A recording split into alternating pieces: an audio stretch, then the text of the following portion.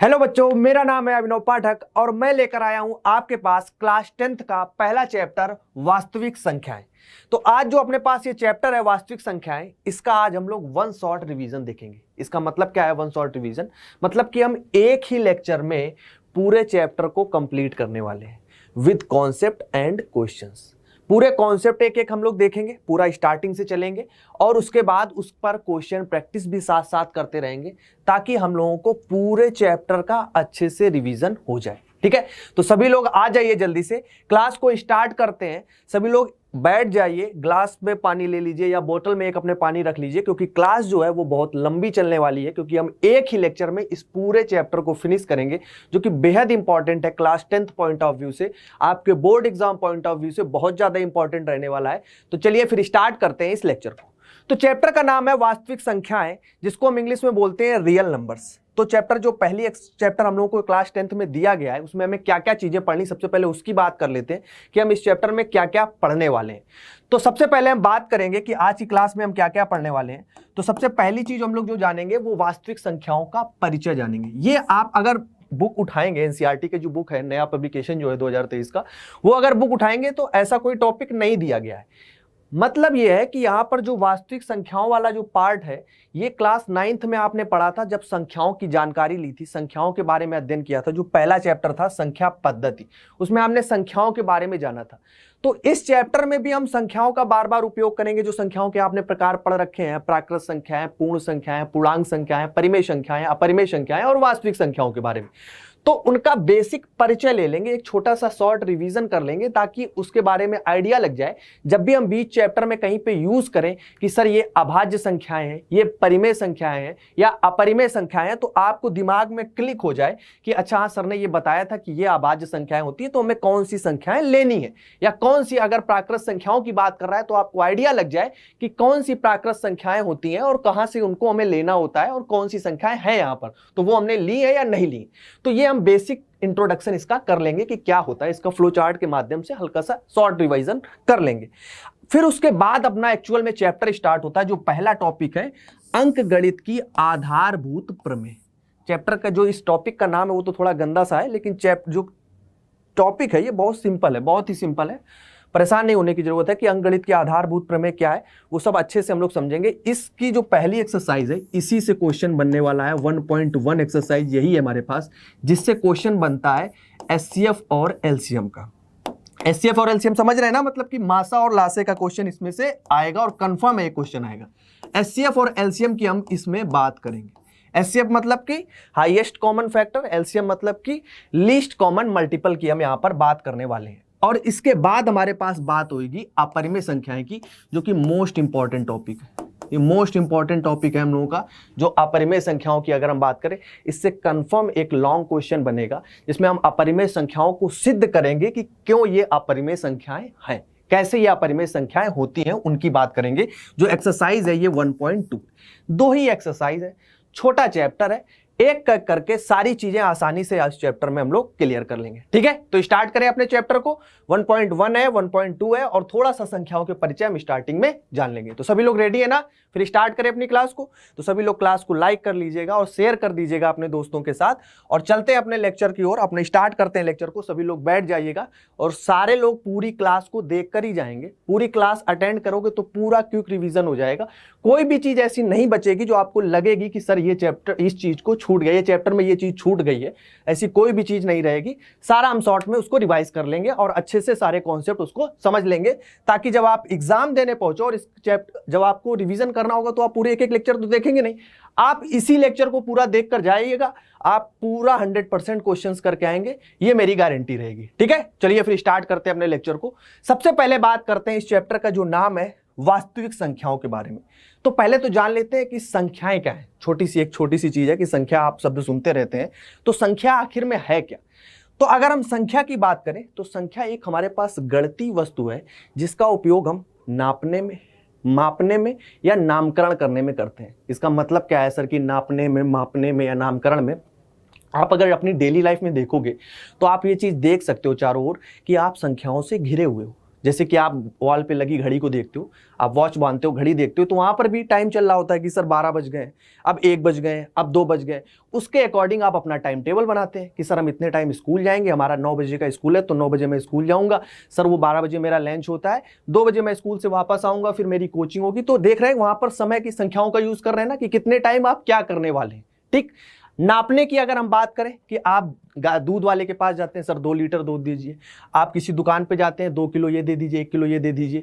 तो सिंपल नापना और मापना जो हम करते रहते हैं कि किसी कितना लीटर चाहिए, कितना हमें उसका मापन करना है, ये कितने किलोमीटर की सड़क है, तो उस सब चीजों में हम किसका उपयोग करते हैं, संख्याओं का। और एक नामकरण की बात आ जाए, नामकरण जैसे कि आपने किसी गाड़ी पर अपना नंबर लिखा देखा होगा, गाड़ी का नंबर होता है, उस गाड़ी का नंबर से हम उस गाड़ी की पहचान कर सकते हैं। प्रत्येक गाड़ी के लिए एक ही नंबर होता है, सबका अलग अलग यूनिक नंबर होता है, अद्वितीय नंबर होता है, उसके जैसा दूसरा नंबर नहीं होगा। तो एक जो नंबर होगा वो उसी गाड़ी को अलॉट किया जाता है, तो वहां पर भी संख्याओं का उपयोग हो रहा होता है। यहां तक कि अगर आप बात करो सबसे बड़ी बात, तो आपके आधार कार्ड पर भी संख्या है, मतलब कि आपकी पहचान भी एक संख्या के माध्यम से हो रही है। अगर आप आधार कार्ड पर लिखा नंबर देखेंगे तो सभी का आधार कार्ड का अलग अलग नंबर होगा। अगर वो नंबर डाला जाता है तो आपकी पहचान हो जाती है, आपका पूरा एड्रेस आ जाता है, आपके माता का नाम, आपके पिता का नाम, आप कहां रहते हैं, आप कब पैदा हुए थे, सब पूरी इंफॉर्मेशन वहां से निकल आती है। तो यहां से एक बेसिक चीज निकल के आती है कि सर हम चारों तरफ अपनी संख्याओं से घिरे हुए हैं। तो इन्हीं संख्याओं को अलग अलग वर्गीकृत किया गया। उन्हीं वर्गीकरण को आज हम यहां पर थोड़ा चर्चा में लेते हैं कि क्या क्या संख्याएं होती हैं। उनको वास्तविक संख्याएं भी बोलते हैं। वास्तविक संख्याओं का मतलब क्या है, इसके अलग अलग और भी पार्ट हैं। वास्तविक संख्याओं को भी वर्गीकृत किया गया, उसका चार्ट अगर हम समझे तो वास्तविक संख्याएं 2 प्रकार की संख्याओं से मिलकर बनी होती हैं, सर परिमेय संख्याएं और अपरिमेय संख्याएं। परिमेय संख्याओं के 3 अलग पार्ट होते हैं जिन्हें हम बोलते हैं प्राकृत संख्याएं, पूर्ण संख्याएं और पूर्णांक संख्याएं। और पूर्णांक संख्याएं भी 2 प्रकार की होती हैं सर, धनात्मक पूर्णांक होते हैं और ऋणात्मक पूर्णांक होते हैं। छोटा सा क्विक में रिवीजन कर लेते हैं कि प्राकृत संख्याएं क्या होती है। सबसे पहले चलते हैं प्राकृत संख्याओं के पास। सबसे पहले यहां से स्टार्ट करते हैं, परिमेय संख्याओं के प्रकार सारी कंप्लीट करेंगे। चलते हैं प्राकृत संख्याओं से। अगर आप बेसिक बात बताओ, प्राकृत संख्याएं सर क्या होती, या प्राकृत संख्या लिखा हो या प्राकृतिक संख्या लिखा हो, दोनों बातों का मतलब एक ही है। इन्हें इंग्लिश में हम बोलते हैं नेचुरल नंबर। नेचुरल नंबर, तो प्राकृत संख्याओं को हम क्या बोलते हैं, नेचुरल नंबर बोलते हैं।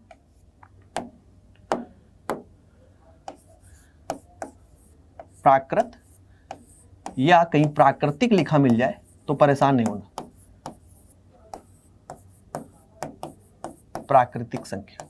ठीक, इंग्लिश में बोलते हैं नेचुरल नंबर, इसीलिए इसे कैपिटल एन से हम कहीं कहीं दर्शाते हैं। कैपिटल एन लिखा बुक में आपको मिल जाएगा।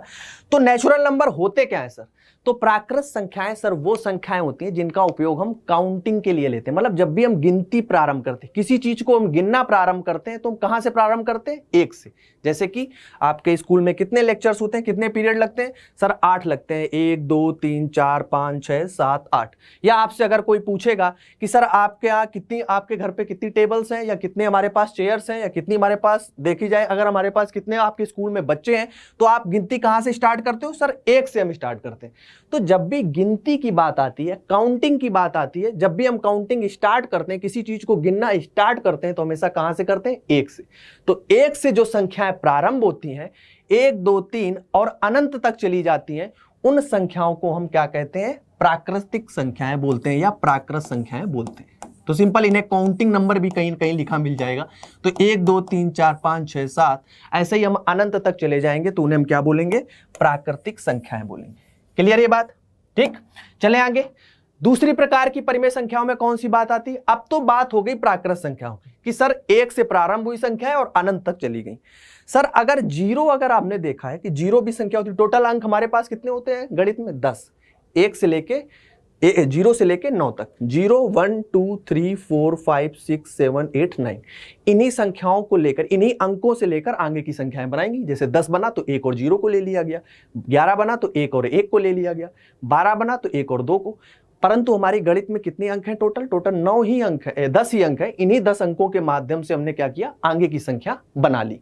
किंतु सर अगर हमें 0 को रखना होगा, प्राकृत संख्याओं में सर हमने देखा कि सर ये 1 से प्रारंभ हुई, इन संख्याओं की अगर हम बात करें सर, ये सर 1 से प्रारंभ हुई और हमारे पास अनंत तक चली गई कि 1 2 3 4, और सर ऐसे ही आप अनंत तक ले गए।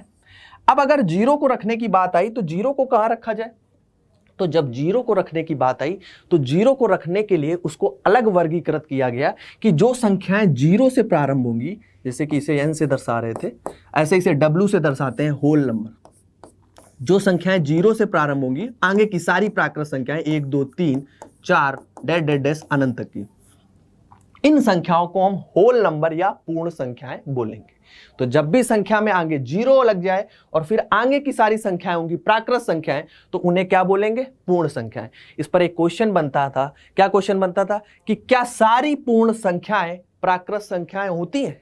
आप बताओ, खुद से सोचो, क्या सारी पूर्ण संख्याएं जो होंगी, सारे जो होल नंबर्स होंगे, क्या वो सारे नेचुरल नंबर होंगे? सारी होल नंबर्स जो होंगी? तो सर नहीं होंगे। क्यों? क्योंकि इस पूर्ण संख्याओं में सर जीरो भी आ रहा है और प्राकृत संख्याओं में जीरो नहीं होता है। ये हमें पता है कि 1 से अनंत तक जाती हैं और ये हमें ये दिख रही कि 1 से अनंत तक जा रही है, यहाँ पे जीरो भी आ जाता है। और अगर यहाँ पे जीरो आ गया तो जीरो यहाँ प्राकृत संख्याओं में तो होता नहीं। सारी प्राकृत संख्याएं तो पूर्ण संख्याएं होती हैं क्योंकि दिख रहा है 1 से अनंत तक ही है, लेकिन सारी पूर्ण संख्याएं प्राकृत संख्याएं नहीं होती हैं। ठीक, इसके बाद आती है पूर्णांक संख्याओं की बात। तो जब हमें बात आई कि कुछ नेगेटिव के भी नंबर्स हो सकते हैं, ऋणात्मक नंबर हो सकते हैं, ये तो सारे धनात्मक की बात हो गई कि जीरो भी आ गया सर, 1 2 भी आ गया। अब ऋणात्मक के नंबर कहाँ रखे जाएं? तो ऋणात्मक के नंबर की रखने की जब बात आई तो वहां पर बात आई पूर्णांक संख्याओं को, जिनको हम इंटीजर्स बोलते हैं। इसे हम आई या जेड से कहीं कहीं लिखा मिलेगा, आई या जेड से। ठीक, किसी किसी बुक में आई लिखा हुआ, किसी में जेड लिखा हुआ, परेशान ना होना, दोनों बातों का मतलब एक है। और पूर्णांक संख्याओं में क्या आता है? ये सर हमारे पास जो संख्याएं होती हैं इसमें निगेटिव के नंबर भी होते हैं और पॉजिटिव के भी नंबर होते हैं, मतलब कि धनात्मक और ऋणात्मक दोनों प्रकार के नंबर हमें मिल जाते हैं। यहाँ से कि माइनस से इधर -1 -2 -3 -4 और इधर जीरो के बाद 1 2 3 4, मतलब कि जैसे मैं यहाँ खड़ा हूं तो मैं मान लो जीरो पे खड़ा हूं, जीरो एकदम हीरो की तरह खड़ा हूं। ठीक, अब जीरो से अगर मैं इधर दाईं तरफ चलूंगा तो 1 2 3 प्लस के मान मिलेंगे, और हम बाईं तरफ अगर जाते हैं तो निगेटिव के नाम -1 -2 -3 -4। इसीलिए माइनस अनंत से प्लस अनंत तक चले जाओ तो हमें सारी संख्याएं जो मिल रही हैं, ये जो पूर्णांक संख्याएं मिल रही हैं वो हमें कैसी हैं? यहाँ पर दो प्रकार से मिल रही हैं। एक ऋणात्मक पूर्णांक संख्याएं हैं, एक धनात्मक पूर्णांक संख्याएं। कौन कौन सी? ऋणात्मक और धनात्मक। ऋणात्मक कौन सी है? इसको आई माइनस से भी लिखा सकते हो कि आई के ऊपर माइनस लगा दिया, मतलब कि निगेटिव की बात कर रहा है, या जेड के ऊपर माइनस लगा दिया। तो यहाँ पर कौन सी होगी सर? ये होगी -1 -2 -3 डैश डैश डैश, इधर माइनस अनंत, या ऐसे दिखा सकते हो। ऐसे ही आई प्लस करके दिखा दो तो वो हमारे पास कौन सी हो जाएंगी? धनात्मक पूर्णांक, 1 2 3 4 5 डैश डैश डैश प्लस अनंत। अब आप बोलोगे सर माइनस के भी ले लिए, इधर इधर प्लस के ले लिए, जीरो को सर कहीं नहीं लिया, जीरो भी तो था इसमें बीच में सर, जीरो भी तो था, जीरो क्यों नहीं लिया? तो जीरो बेटा एक उदासीन बिंदु है, उदासीन नंबर है, उदासीन संख्या है, क्योंकि जीरो को ना तो धनात्मक पूर्णांक में रखते हैं ना ही ऋणात्मक पूर्णांक में रखते हैं। जीरो कैसा? एक उदासीन नंबर है, इसको ना मतलब इसको ना तो धनात्मक पूर्णांक में आप काउंट करोगे और ना ही ऋणात्मक पूर्णांक में काउंट करोगे, तो जीरो हमारे पास कैसा हो जाएगा? एक उदासीन नंबर हो जाएगा। ठीक, तो ये हो गई हमारे पास परिमेय संख्याओं के प्रकारों के बात में, किनके कितने कितने प्रकार होते हैं। ये हमारे पास 3 प्रकार होते हैं, इनकी हमने यहां पर चर्चा कर ली कि किस प्रकार से संख्याओं को रखा जाता है। अब सर एक चीज रह गई, ये तो बात हो गई ऐसे। अब सर कुछ बटे वाले नंबर भी तो होते हैं, कि जैसे ये लिखा है 1/2 1/4 1/5, कोई ऐसी संख्या लिखी है सर, तब क्या करेंगे? 1/2 है, 2/5 है। इन प्रकार की संख्याओं के लिए हम क्या बोलेंगे? तो इसके लिए आई सबसे इंपॉर्टेंट संख्या परिमेय संख्याएं। परिमेय संख्याएं सर कौन सी संख्याएं होती हैं? सर इसकी डिफिनीशन हम बहुत बार पढ़े हैं कि सर परिमेय संख्याएं वो संख्याएं होती हैं जिनको हम P/Q के रूप में लिखते हैं। इसे आप Q से दर्शाते हो, Q = P/Q, मतलब कि P/Q के रूप में जिन संख्याओं को रखा जाता है उन्हें हम क्या कहते हैं? परिमेय संख्याएं कहते हैं। जिन संख्याओं को P/Q के रूप में लिखा जा सकता है उन्हें हम क्या कहते हैं? परिमेय संख्याएं कहते हैं। और यहाँ पर हम ब्रैकेट में लिख देते हैं कि जहां Q does not equal to 0, Q का मान 0 के बराबर नहीं होगा। और P और Q होते क्या है सर? P तथा Q पूर्णांक होते हैं। क्या होंगे? पूर्णांक संख्याएं होंगी, पूर्णांक है। ये बात हम लिख देते हैं कि सर परिमेय संख्याएं वो संख्याएं होती हैं जिनको p बटे q के रूप में लिखते हैं और p और q हमारे पास पूर्णांक होते हैं और q का मान कभी 0 के इक्वल नहीं होता है। फॉर एग्जांपल कैसे, मतलब कि जैसे हमने यहां पर ये लिखा 1/2, 1/2/5, 7/4, ये सारी क्या है p बटे q के रूप में लिखी है। ये हमारे पास कैसी संख्या है, ये सर परिमेय संख्या है। क्या है, परिमेय संख्या है। अब आपसे अगर कोई बोल दे कि अगर 2/0 लिखा है तो क्या ये परिमेय संख्या होगी? मैंने अभी बताया कि q का मान जो होगा वो 0 के इक्वल नहीं होगा और यहां पर सर q का मान 0 आ रहा है, मतलब कि अंश और हर लिखा है तो हर में सर 0 आ रहा है। हर में 0 जब आ जाता है तो ये एक अपरिभाषित संख्या हो जाती है, अपरिभाषित, अनडिफाइन हो जाती है, अपरिभाषित संख्या। इस अपरिभाषित संख्या के बारे में आप 11th में जब पहुंचोगे, 10th पास आउट होने के बाद, इस 0 की जब बात आएगी तो वहां पर इसको प्रॉपर एक्सप्लेनेशन के साथ पढ़ोगे कि क्यों यह अपरिभाषित हो जाती है, इसका क्या मतलब है। इन सब चीजों के बारे में आप 11th में जानोगे। अभी आप 10th में इतना जानो कि अगर हर में 0 आता है तो वो अपरिभाषित होती है, उसकी वैल्यू नहीं ज्ञात की जा सकती, उसे अनडिफाइंड वैल्यू बोलते हैं। तो इसलिए हम बोलते हैं कि यहाँ पर q का मान जो होगा वो 0 नहीं हो सकता। तो q का मान 0 नहीं हो सकता, लेकिन p बटे q के रूप में जो संख्याएं लिखी जा सकती हैं वो परिमेय होंगी। अगर जैसे 2 लिखा है तो क्या 2 एक परिमेय संख्या है? हाँ सर है, क्योंकि 2 के नीचे हम बटे में 1 तो लगा ही सकते हैं, 2/1 लिख सकते हैं। p बटे q के रूप में q का मान 0 के इक्वल भी नहीं है, अतः यह परिमेय संख्या है। तो यहां से ये परिमेय संख्या हो जाएगी। एक बेसिक अंतर और निकल के आता है कि सर भिन्न संख्याएं और परिमेय संख्याओं में अंतर क्या होता है, क्योंकि भिन्न संख्याओं को, इनको भिन्न संख्याएं भी तो बोल सकते हैं, क्योंकि भिन्न संख्या क्या होती है, भिन्न संख्या वो संख्या होती है जिनको हम अंश बटे हर के रूप में लिख रहे होते हैं या किसी चीज का टुकड़ा या हिस्सा बताने के लिए जो चीज में उपयोग की जा रही होती है। जैसे कि फॉर एग्जाम्पल मान लो हमारे पास एक रोटी है, ठीक, ये हमारे पास एक रोटी है, इसके हमने 4 टुकड़े कर दिए, ठीक, ये 1 2 3 4, 4 बराबर बराबर टुकड़े कर दिए। एक रोटी थी, इसके 4 हिस्से कर दिए, तो 1/4, 1/4, 1/4, 1/4। ये भी 1/4 भाग है, ये भी 1/4 भाग है, ये भी 1/4 भाग है, ये भी 1/4 भाग है। तो भिन्न संख्या और परिमेय संख्याओं में अंतर सिर्फ इतना है कि भिन्न संख्याएं हमेशा धनात्मक होती हैं, कभी ऋणात्मक नहीं होती। भिन्न संख्याएं हमेशा धनात्मक होंगी। कभी किसी चीज का हिस्सा या टुकड़ा बता रहे होगे, ऐसा तो होगा नहीं वो निगेटिव में कोई चीज है। जैसे हमारे पास ये हमारे पास पेन है, तो इसको हम 2 भागों में तोड़ दें तो 1/2 एक भाग, 1/2 एक भाग, मतलब आधा और आधा जुड़कर क्या फिर से बन जाएगा 1। तो यहां पर जो भिन्न संख्याएं होंगी वो हमेशा पॉजिटिव होंगी। ये जैसे संख्याएं लिखी हैं ये भिन्न संख्याएं, लेकिन जैसे अगर हम ये भी लिख दें कि -2/7, तो ये भिन्न संख्या नहीं है, लेकिन एक परिमेय संख्या है। क्योंकि परिमेय संख्या में क्या बताया, परिमेय संख्या में सर एक चीज आपने बताई कि p बटे q के रूप में लिख सकते हैं और p q पूर्णांक होंगे, और p हमारे पास पूर्णांक है, -2 है, कोई दिक्कत नहीं। पूर्णांक में निगेटिव के पूर्णांक आते हैं, निगेटिव के नंबर्स आते हैं, इसलिए -2/7 जो है वो एक परिमेय संख्या है। कोई दिक्कत की बात ही नहीं उसमें कि हमें दिख रहा है कि सर ये परिमेय संख्या है क्योंकि इसमें निगेटिव नंबर आ सकता है, लेकिन यह एक भिन्न संख्या नहीं है। पॉजिटिव की है तो भी परिमेय संख्या है, निगेटिव की है तो भी परिमेय संख्या है, लेकिन भिन्न संख्याएं हमेशा कैसी होंगी, धनात्मक होंगी, जबकि परिमेय संख्याएं धनात्मक और ऋणात्मक दोनों हो सकती है। बेसिक अंतर है, ये अंतर स्पष्ट हो गया ना। कभी कभी बन जाता है क्वेश्चन की सर ऐसी भिन्न संख्याएं भी तो लिख रहे होते हैं अंश बटे, तो बेसिक अंतर यही है कि वो हमारे पास धनात्मक होंगी भिन्न संख्याएं, और परिमेय संख्याएं धनात्मक और ऋणात्मक दोनों हो सकती, मतलब सभी भिन्न संख्याएं परिमेय संख्याएं तो होंगी, सारी भिन्न संख्याएं परिमेय संख्याएं तो होंगी, किंतु सारी परिमेय संख्याएं भिन्न संख्याएं नहीं होंगी, क्योंकि वहां निगेटिव वाली जो संख्याएं होंगी वो भिन्न संख्याएं नहीं हो सकती। अब चलते हैं आगे अगले पार्ट पर। इसके बाद बचा हमारे पास अपरिमेय संख्याएं। तो अपरिमेय संख्याएं क्या होती है? बेसिक सी बात कि जिन संख्याओं को आप p बटे q के रूप में नहीं लिख सकते, जैसे अगर QC या T से भी कहीं QT भी लिखा होता है, Q के ऊपर C लिखा होता है, जिनको आप p बटे q के रूप में नहीं लिख सकते हैं। जब नहीं लिख सकते हो तो उन संख्याओं को हम क्या बोलते हैं सर, अपरिमेय संख्याएं बोलते हैं। तो सर ऐसी कौन सी संख्याएं होती हैं जो अपरिमेय संख्या होती हैं? तो वो एग्जांपल के लिए जैसे √3, पाई, √5, √2 डैश डैश डैश। अब एक बेसिक सी बात, एक अंतर समझो, अपरिमेय संख्या एक ही बार में समझ में आ जाएगा। एक बेसिक सी बात समझो, इसको हटाते हैं फिर से लिखते हैं। अपरिमेय संख्या एक बार समझ लेते हैं क्योंकि इसमें टॉपिक भी है पूरा अपरिमेय संख्याओं के बारे में, तो समझ लेते हैं कि क्या है अपरिमेय संख्या।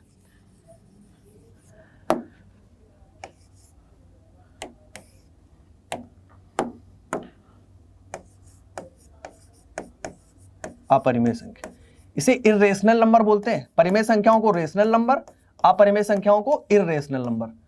ठीक, तो अपरिमेय संख्याओं को QC या T से दर्शाते हैं। आपने एक चीज पढ़ी थी जब आप 9th में थे, तो आपको एक चीज बताई गई थी कि पाई एक अपरिमेय संख्या है, बताई गई थी, और 22/7 हम इसका मान ले लेते हैं, वो एक परिमेय संख्या है। इन दोनों से ही दोनों में अंतर समझ में आ जाएगा। ये बात आपने पढ़ी थी कि पाई एक अपरिमेय संख्या है और 22/7 एक परिमेय संख्या है। तो ऐसा क्यों है? क्योंकि बेटा पाई की जो वैल्यू, आप एग्जैक्ट वैल्यू जो ये लेते हो ना 3.14, जो मान लेते हो कि जब भी मान रख रहे होते हो 3.14 या 22/7 रख रहे होते हो, तो 3.4 पाई का एग्जैक्ट मान नहीं है। अभी तक पाई का एग्जैक्ट मान निकाला ही नहीं गया। पाई का एग्जैक्ट मान अंत ही नहीं होता। ये 3.1415926 डैश डैश डैश ऐसे ही अनंत तक चला जाता है। ये पूरा बोर्ड भर जाएगा, ऐसे हजारों बोर्ड भर जाएंगे, लेकिन इसका कभी मान अंत ही नहीं होता है। जो पाई का मान हम 3.14 लेते हैं, वो सिर्फ कैलकुलेशन और गणना के लिए लेते हैं कि 3.41 लिख लो या 22/7 लिख दो, ये दोनों की वैल्यू है। क्योंकि 22/7 में 22 में 7 का भाग करोगे, यही 3.14 आ जाएगा। इसलिए इसको P/Q के रूप में लिखा जा सकता है, क्योंकि यहां से दशमलव हटा के इसको 22/7 लिखा जा सकता है। इसलिए इसको क्या बोलते हैं? परिमेय संख्या बोलते हैं, क्योंकि इसको P/Q के रूप में लिखा जा सकता है। यहां दशमलव हटा के हमें पता है कि सर दशमलव हटाएंगे तो नीचे 2 जीरो लग जाएंगे, लेकिन हमें यहां पता ही नहीं है इसके बाद कितने अंक हैं। अगर हम ये दशमलव हटाते हैं तो हमें नीचे पता ही नहीं है कितने जीरो लगाने हैं, तो उसको P/Q के रूप में हम लिखेंगे कैसे? अगर किसी संख्या को P/Q के रूप में नहीं लिखा जा सकता है, मतलब कि वह संख्या अपरिमेय है। इसलिए पाई को हम अपरिमेय बोलते थे, जबकि 3.14 या 22/7 को हम एक परिमेय संख्या बोल देते थे, क्योंकि जिन संख्याओं को आप दशमलव के हटाकर नीचे जीरो लगा के उसको अंश बटे हर के रूप में बना दोगे या P/Q के रूप में बना दोगे, तो वो तो परिमेय हो जाएगी, लेकिन जिनको नहीं बना सकते वो अपरिमेय रहेगी। ऐसे ही हमारे पास √2 जो आप लिखते हो, इसकी वैल्यू भी नहीं कभी अंत होती है, 1.414 डैश डैश। ऐसे ही आप √3 लिखते हो, इसकी वैल्यू भी नहीं अंत होती, 1.732 डैश डैश डैश, अनंत तक चली जाती है, लेकिन ये वैल्यू कभी भी अंत नहीं होती है। इसलिए इन्हें क्या बोलते हैं? अपरिमेय संख्याएं बोलते हैं। बात समझ में आई? तो अपरिमेय संख्याएं कौन सी होती है? जिनको P/Q के रूप में नहीं लिखा जा सकता। ये हो गए संख्याओं का वर्गीकरण। इन्हीं संख्याओं के पिताजी जो हैं वो हैं वास्तविक संख्याएं, जिन्हें हम रियल नंबर बोलते हैं, R से डिनोट करते हैं। इन्हीं के पिताजी हैं, इन्हीं सभी संख्याओं के पिताजी हैं। इन्हीं संख्याओं के अंदर ही सारी संख्याएं आती हैं। तो वास्तविक नंबर कौन से होते हैं? जब सारी परिमेय सारी अपरिमेय संख्या मिला दो, मतलब माइनस अनंत से प्लस अनंत तक कोई भी संख्या आप ले लो, तो वो वास्तविक संख्याएं हो जाती है। मतलब कि परिमेय प्लस अपरिमेय, दोनों प्रकार की संख्याएं मिला दो, क्योंकि परिमेय में तो ये संख्याएं आ गई, अपरिमेय का तो कोई प्रकार है नहीं, तो परिमेय में सारी ये आई गई, अपरिमेय दोनों के समूहों को मिला दो तो वो वास्तविक संख्याएं बन जाती, जिन्हें हम रियल नंबर्स बोलते हैं। कि वास्तविक संख्याएं वो संख्याएं होती है जब परिमेय और अपरिमेय संख्याओं के संयोग से जो संख्याएं बनती है, इनके समूह के जो संख्याएं बनती हैं, उनको ही हम वास्तविक संख्याएं बोलते हैं, रियल नंबर्स बोलते हैं। यही हमारा चैप्टर का नाम है। तो ये इसलिए मैंने थोड़ा शॉर्ट में रिवाइज करा दिया, क्योंकि बीच बीच में हम इस चीजों का यूज लेते रहेंगे, तो उसका हम उपयोग करेंगे। अब सबसे बड़ी चीज इसमें 3 चीजें और रहती हैं हमारे पास प्राकृत संख्याओं के अंदर। कौन कौन सी? एक रहती है भाज्य संख्या, एक अभाज्य संख्या, जिसका हम बहुत ज्यादा उपयोग करने वाले हैं इस पूरे चैप्टर में, और रहती है फिर सहअभाज्य संख्या।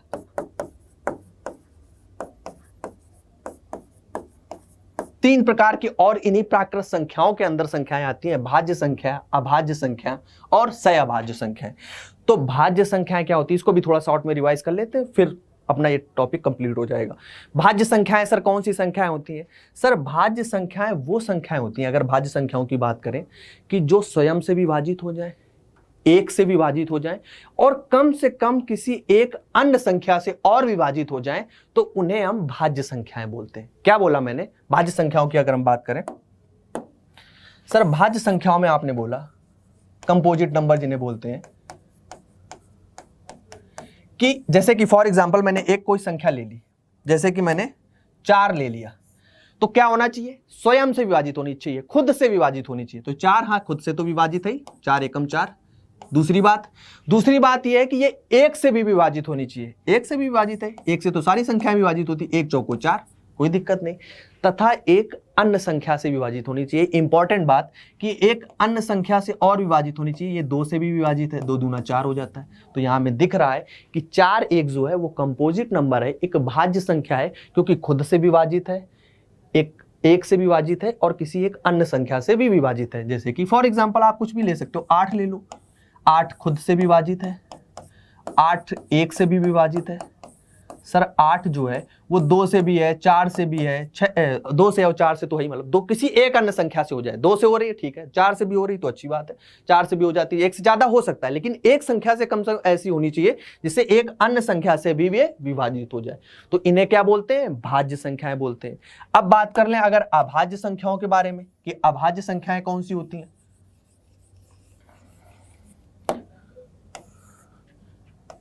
अभाज्य संख्याएं, तो अभाज्य संख्याएं वो संख्याएं होती, प्राइम नंबर्स बोलते हैं। अब इसी में बात आ जाओ, अभाज्य संख्याएं कौन सी? अभाज्य संख्याएं वो संख्याएं होती हैं जो खुद से विभाजित हो और एक से विभाजित हो, इसके अलावा और किसी से विभाजित नहीं हो। खुद से और एक से, बस, और किसी से नहीं। जैसे कि 2 अगर देखा जाए खुद से विभाजित है, 2 एकम 2। अगर 2 देखा जाए एक से विभाजित है, 1 दूना 2। और किसी संख्या से क्या 2 विभाजित है? नहीं विभाजित है। और कोई आ जाओ, 3 ले लो। सर 3 खुद से विभाजित है, 3 एकम 3। 3 सर अगर देखा जाए तो 1 से विभाजित है, 1 तिरका 3, ठीक है। 5 ले लो। सर 5 हमें दिख रहा है कि 5 सर खुद से विभाजित है, 5 एकम 5। 5 सर 1 से विभाजित है, 5, बस कोई दिक्कत नहीं। तो 2 हो गई, 3 हो गई, 5 हो गई, 7 हो गई, 9 नहीं होगी, क्योंकि 9 देखोगे तो 9 देखो खुद से विभाजित है, 1 से विभाजित है और 3 से भी विभाजित है, 3 तिरका 9, तो वो भाज्य संख्याओं में आ जाएगी। किसी भी एक अन्य संख्या से विभाजित हो गई तो वो भाज्य में आ जाएगी। 9 के बाद नहीं, 9 नहीं लेंगे तो 11 आ जाएगी, 13 आ जाएगी, तो वो क्या हो जाएंगी? अभाज्य संख्या हो जाएंगी। 2, 3, 5, 7, 11, 13 ऐसे ही चलेंगे तो वो क्या आ जाएंगी? अभाज्य संख्या। इसके बाद आता है सहअभाज्य संख्याएं, को प्राइम नंबर।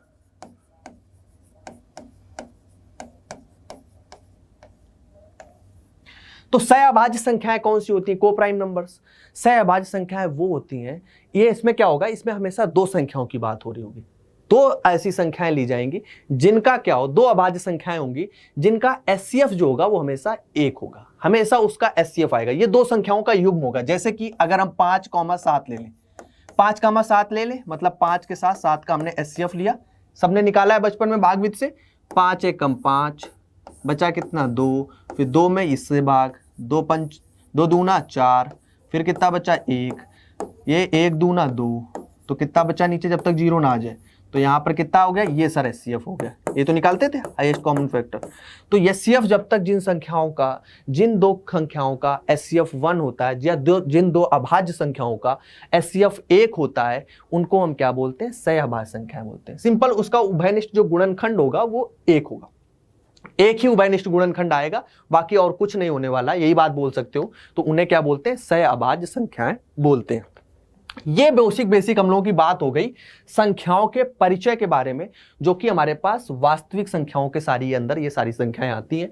बस इतनी सी ही हमें वास्तविक संख्याओं के बारे में बात करनी थी, जो हमने समझ ली। इसका अभी कोई चैप्टर में इसका मतलब क्लास 10th में आप देखोगे तो वहां पर इससे कोई क्वेश्चन नहीं बनने वाला। लेकिन ये टर्म हमारे बीच में यूज होते रहेंगे, इसलिए मैंने शॉर्ट में रिवाइज करा दिया। 9th में पढ़े भी होगे सब लोग, लेकिन हल्का सा रिवीजन हो गया ताकि सभी लोगों को सारी चीजें क्लियर हो जाए, जब मैं बीच में बोलूं तो उसे सोचना ना पड़े। अब चलते हैं अपने पहले टॉपिक पर, जो एक्चुअल टॉपिक हमारा क्वेश्चन का है कि अंकगणित की आधारभूत प्रमेय क्या है। उसी का ये स्टेटमेंट लिखा है, the fundamental theorem of arithmetic. तो फंडामेंटल थ्योरम क्या है अर्थमेटिक की, उसकी बात को पहले पढ़ लेते हैं क्या बोलना चाह रहा है, फिर हम समझ लेंगे सरल भाषा में। लिखा तो बहुत गंदा है, पढ़ते हैं। कह रहा है कि अंकगणित की आधारभूत प्रमेय के अनुसार प्रत्येक भाज्य संख्या को अभाज्य संख्याओं के एक गुणनफल के रूप में गुणनखंडित किया जा सकता है। कह रहा है कि प्रत्येक भाज्य संख्याओं को अभाज्य संख्याओं के गुणनफल के रूप में उसे गुणनखंड किया जा सकता है, उसके फैक्टर्स किए जा सकते हैं, ठीक, कोई बात नहीं। तथा यह गुणनखंड अभाज्य गुणनखंडों के आने वाले क्रम के बिना अद्वितीय होता है। नीचे वाली लाइन थोड़ी सी गंदी लिखी है कि क्या लिखा कि यह गुणनखंड अभाज्य गुणनखंडों के आने वाले क्रम के बिना अद्वितीय होती है। समझते हैं कि ये क्या कहना चाह रहे हैं, इसका मतलब क्या है जो इसने लिख दिया ये सब।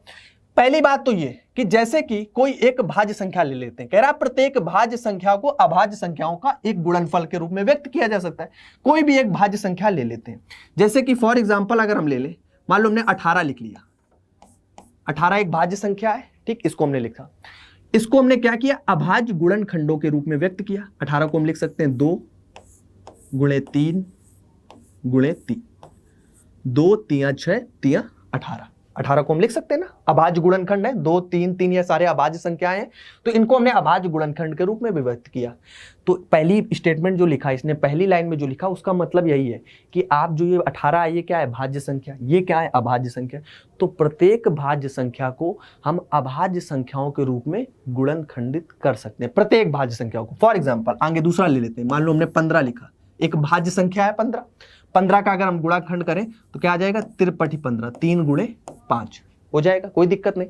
तो सबसे बेसिक जो पहली लाइन इसने यही लिखी कि कोई भी भाज्य संख्याएं ले लें, ये हमारे पास क्या है, भाज्य संख्याएं, ये आपको पता है कि ये भाज्य संख्याएं, ये अभी बात हम लोग कर चुके हैं। इनको हम अभाज्य गुणनखंडों के रूप में क्या कर सकते हैं, विभक्त कर सकते हैं। ये जो हमने गुणनखंड लिखे हैं ये कौन सी संख्याएं, अभाज्य संख्याओं के रूप में ये गुणनखंड हमने विभक्त किए।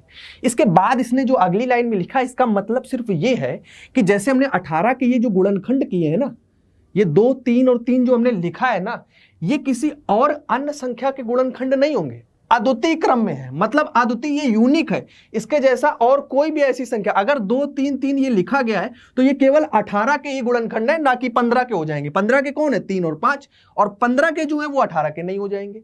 तो मतलब ये है कि जो भी हम गुणनखंड करेंगे वो एक उसी का रहेगा, मतलब उसके अलावा किसी और अन्य संख्या का गुणनखंड नहीं हो सकता है कि अगर हम 18 का कोई और गुणनखंड कर सकते, यही एक अभाज्य गुणनखंड होगा।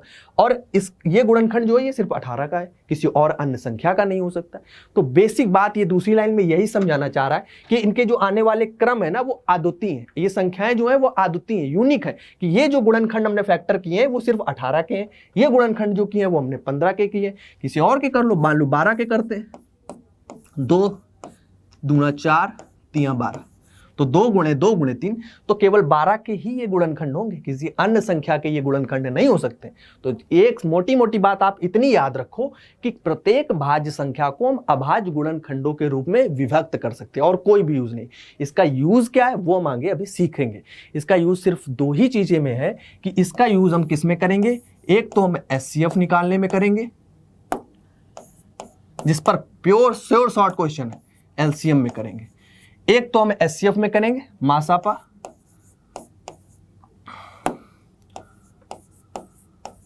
और लासापा, लघुत्तम समापवर्तक और महत्तम समापवर्तन निकालने में हम क्या करेंगे, इसका बेसिक उपयोग करेंगे। और एक क्वेश्चन पक्का है, उससे आना ही है 2 नंबर, कंफर्म है, उसमें कोई दिक्कत नहीं, कोई उसमें सोचना ही समझना नहीं है। एक क्वेश्चन पक्का है जो आपके बोर्ड एग्जाम में रखा होगा, जो मांगे का टॉपिक यहां से पढ़ने वाले। ठीक, आधारभूत प्रमेय समझ में आ गई कि इसके गुणनखंड कर सकते हैं, और जो ये गुणनखंड है वो केवल इसी का है, किसी अन्य संख्या का नहीं हो सकता। बस इतनी मोटी मोटी बात वो बताना चाह रहा है। ठीक, चलते हैं अब कैसे क्वेश्चन में इसका उपयोग लेंगे, कैसे क्वेश्चन में हमें करना है। जैसे कि फॉर एग्जाम्पल एक मन से अपने क्वेश्चन पहले लेते हैं। फॉर एग्जाम्पल मैंने एक उदाहरण लिया, मान लो हम अभाज्य गुणनखंड निकालना चाहते हैं, एचसीएफ एलसीएम निकालना चाहते हैं अभाज्य गुणनखंड विधि से। कैसे, मान लो हम 6 और 18 अभी ले लेते हैं।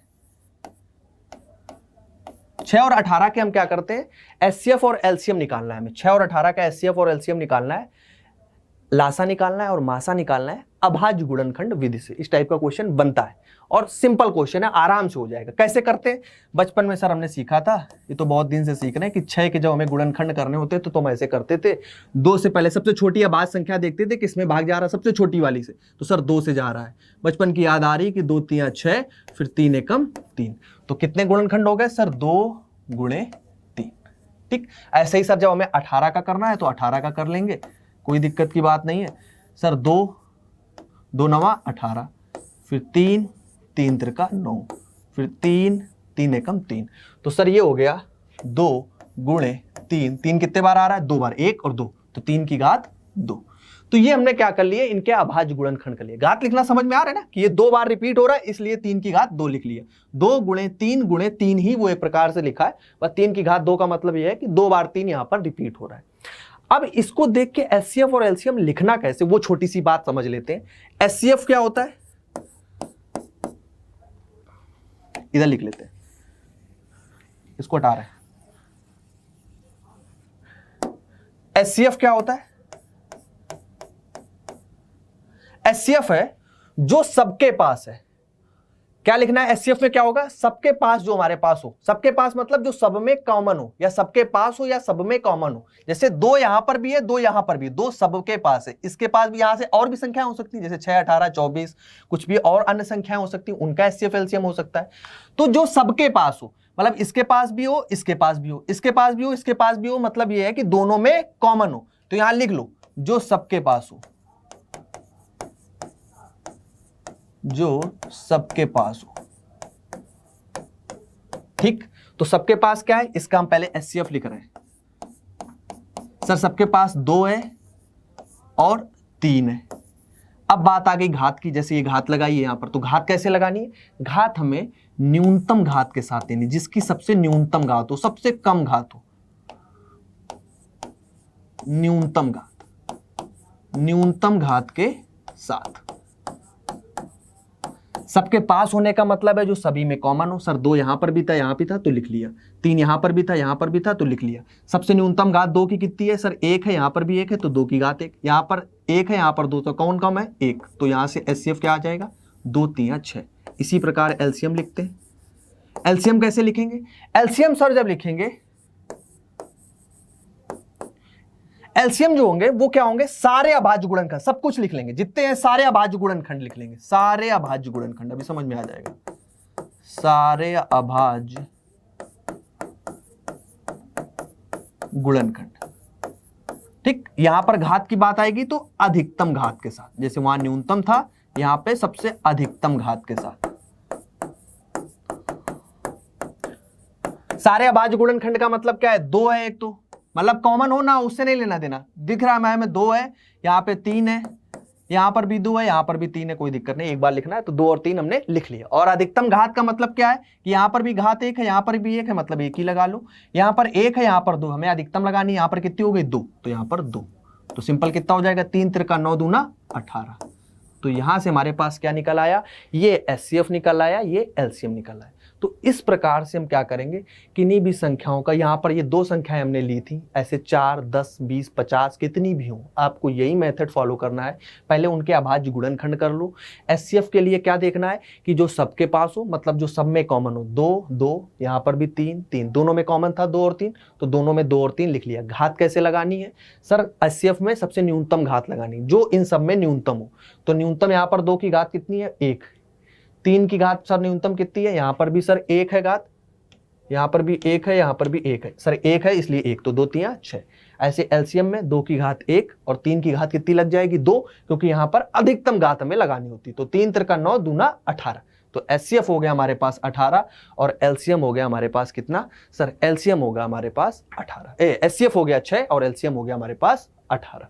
यहां से एक इंपॉर्टेंट सूत्र भी निकल के आता है, एक इंपॉर्टेंट रिलेशन भी निकल के आता है HCF और LCM में। क्या है वो रिलेशन? अगर ध्यान से समझो कि HCF और LCM में हमारे पास रिलेशन क्या है, दोनों में संबंध क्या है, तो एक छोटी सी बात यहां से निकल के आती है कि किन्हीं 2 धनात्मक पूर्णांक संख्याओं का A और B संख्याएं कौन सी? जैसे ये हमने 6 और 18 लिया, तो A और B क्या होगा? HCF of AB। अगर हम HCF और उन दोनों संख्याओं का HCF और उन दोनों संख्याओं का LCM का गुणा कर दें तो वो दोनों संख्याओं के गुणनफल के बराबर होगी। देखें कैसे होगी। जैसे हमने यहां पर A का मान कितना लिया था पीछे वाले क्वेश्चन में? सर पीछे वाले क्वेश्चन में A का मान आपने 6 लिया था। B का मान कितना लिया था? सर B का मान हमने 18 लिया था। मतलब 2 संख्याएं धनात्मक पूर्णांक है हमारे पास, तो हमने धनात्मक पूर्णांक 6 और 18 लिए थे। तो सर HCF ऑफ 6 और 18, इसका हम गुणा करेंगे सर अगर LCM ऑफ 6 और 18 के साथ, तो ये क्या होने वाला है? ये दोनों संख्याओं के गुणनफल के बराबर होगा। मतलब A गुणा B। A गुणा B मतलब A की वैल्यू क्या है सर? 6 और B की वैल्यू क्या है? 18। सर HCF 6 और 18 का कितना आया था सर? 6। LCM कितना आया था सर? 18। और ये बराबर है 6 गुणे 18 के। दिख रहा है सर बराबर है? दिख रहा है ना कि ये बराबर है, कि 6 गुणे 18 इधर भी है, 6 गुणे 18 भी है, दोनों की वैल्यू सेम आने वाली है। तो यही एक इंपॉर्टेंट संबंध भी यहाँ से निकल के आता है कि किन्हीं भी दो संख्याओं का जब हम एचसीएफ और एलसीएम ले रहे होते हैं, जो धनात्मक पूर्णांक होते हैं, तो उन दोनों धनात्मक पूर्णांकों का जब गुणनफल करेंगे तो उन दोनों के एलसीएफ और एचसीएफ का जो गुणनफल होगा, एलसीएम और एचसीएफ का जो गुणनफल होगा उसके बराबर आएगी। कोई भी आप दो संख्याएं धनात्मक पूर्णांक ले सकते हो, ट्राई कर सकते हो। अभी इस पर हम क्वेश्चंस लगाएंगे और सबसे इंपॉर्टेंट टॉपिक है ये बेटा, इस पर पक्का एक क्वेश्चन है और बहुत सिंपल क्वेश्चन बनता है। अभी देखेंगे किस प्रकार के क्वेश्चन बनते हैं और आएगा इसी बस इस रिलेशन के माध्यम से, इस संबंध के माध्यम से। इंपॉर्टेंट रिलेशन है, नोट करते चलो, प्रॉपर नोट्स बनाते चलो और एक बार रिवाइज कर लेना, पूरा चैप्टर आपको फिनिश हो जाएगा अच्छे से, सारे लोगों के अच्छे से समझ में आ जाएगा, कोई डाउट नहीं रहेगा, कोई भी क्वेश्चन ऐसा नहीं रहेगा जो आपको लगेगा कि सर ये पार्ट हमसे स्किप हो गया। चले फिर आगे, कोई दिक्कत तो नहीं, कोई समस्या तो नहीं, किसी को कोई यहाँ तक कोई डाउट तो नहीं कि सर क्या चल रहा है, कुछ भी सर मजाक चल रहा है, समझ ही नहीं आ रहा है, कुछ ऐसा कुछ तो नहीं फील हो रहा है किसी को कि कुछ भी बोल रहे हैं सर आप पता ही नहीं चल रहा है? सबको क्लियर है ना सारी चीजें? यहाँ तक कोई डाउट तो नहीं। चले फिर आगे, ये हमारे पास पहला पार्ट हुआ जो हमारे पास अंक गणित की आधारभूत प्रमेय का पार्ट। अब इस पे क्वेश्चंस कैसे बनते हैं, तो एग्जांपल हमने अपने मन से लिए थे, अब बुक से कुछ एग्जांपल करते हैं अपनी एनसीईआरटी बुक से, ताकि अच्छे से कुछ और कॉन्सेप्ट हम लोग क्लियर कर सके। ठीक है, बोर तो नहीं हो रहा यार? कोई बता देना यार, किसी को बोरिंग तो नहीं लग रही? और क्लास को यार सारे लोग लाइक कर लेना, चैनल को सब्सक्राइब कर लेना और अपने दोस्तों के साथ शेयर भी कर देना। जो भी आपके 10th में दोस्त हैं, कहीं भी पढ़ते हैं आपके आसपास, उनको शेयर कर देना, उनको बता देना। और कैसी लग रही है क्लास वो जरूर हमको कमेंट करके बताते रहना, ताकि हम आपको आगे आने वाले जो चैप्टर्स हैं उसके लिए हम आपको पहले से ही बता सके, या आपको कौन सा वन शॉट अगले चैप्टर में चाहिए, अगले लेक्चर में, वो भी हमें कमेंट करके बता देना। सबसे इंपॉर्टेंट बात कि अगला वन शॉट आपको कौन सा चाहिए।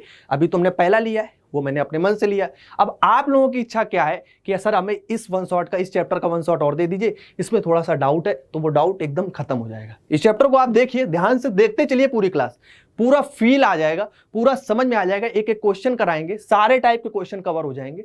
बैठे रहिए आसानी से, बस ज्यादा बोर ना होइएगा, सब चीजें मैं क्लियर कर दूंगा। ठीक है, चलते हैं फिर आगे। आप क्वेश्चंस पर आते हैं। क्वेश्चन क्या कह रहा है, देखो पहला क्वेश्चन मैंने लिया, कुछ एग्जांपल्स लिए हैं, वो देखो। एग्जाम्पल क्या कह रहा है कि 6 और 20 के अभाज्य गुणनखंड विधि से एचसीएफ और एलसीएम ज्ञात कीजिए। इसके तो सर हम सहनसा हो गए, अभी तो हम निकाले थे, वैसे ही निकालेंगे, कोई दिक्कत की बात नहीं है।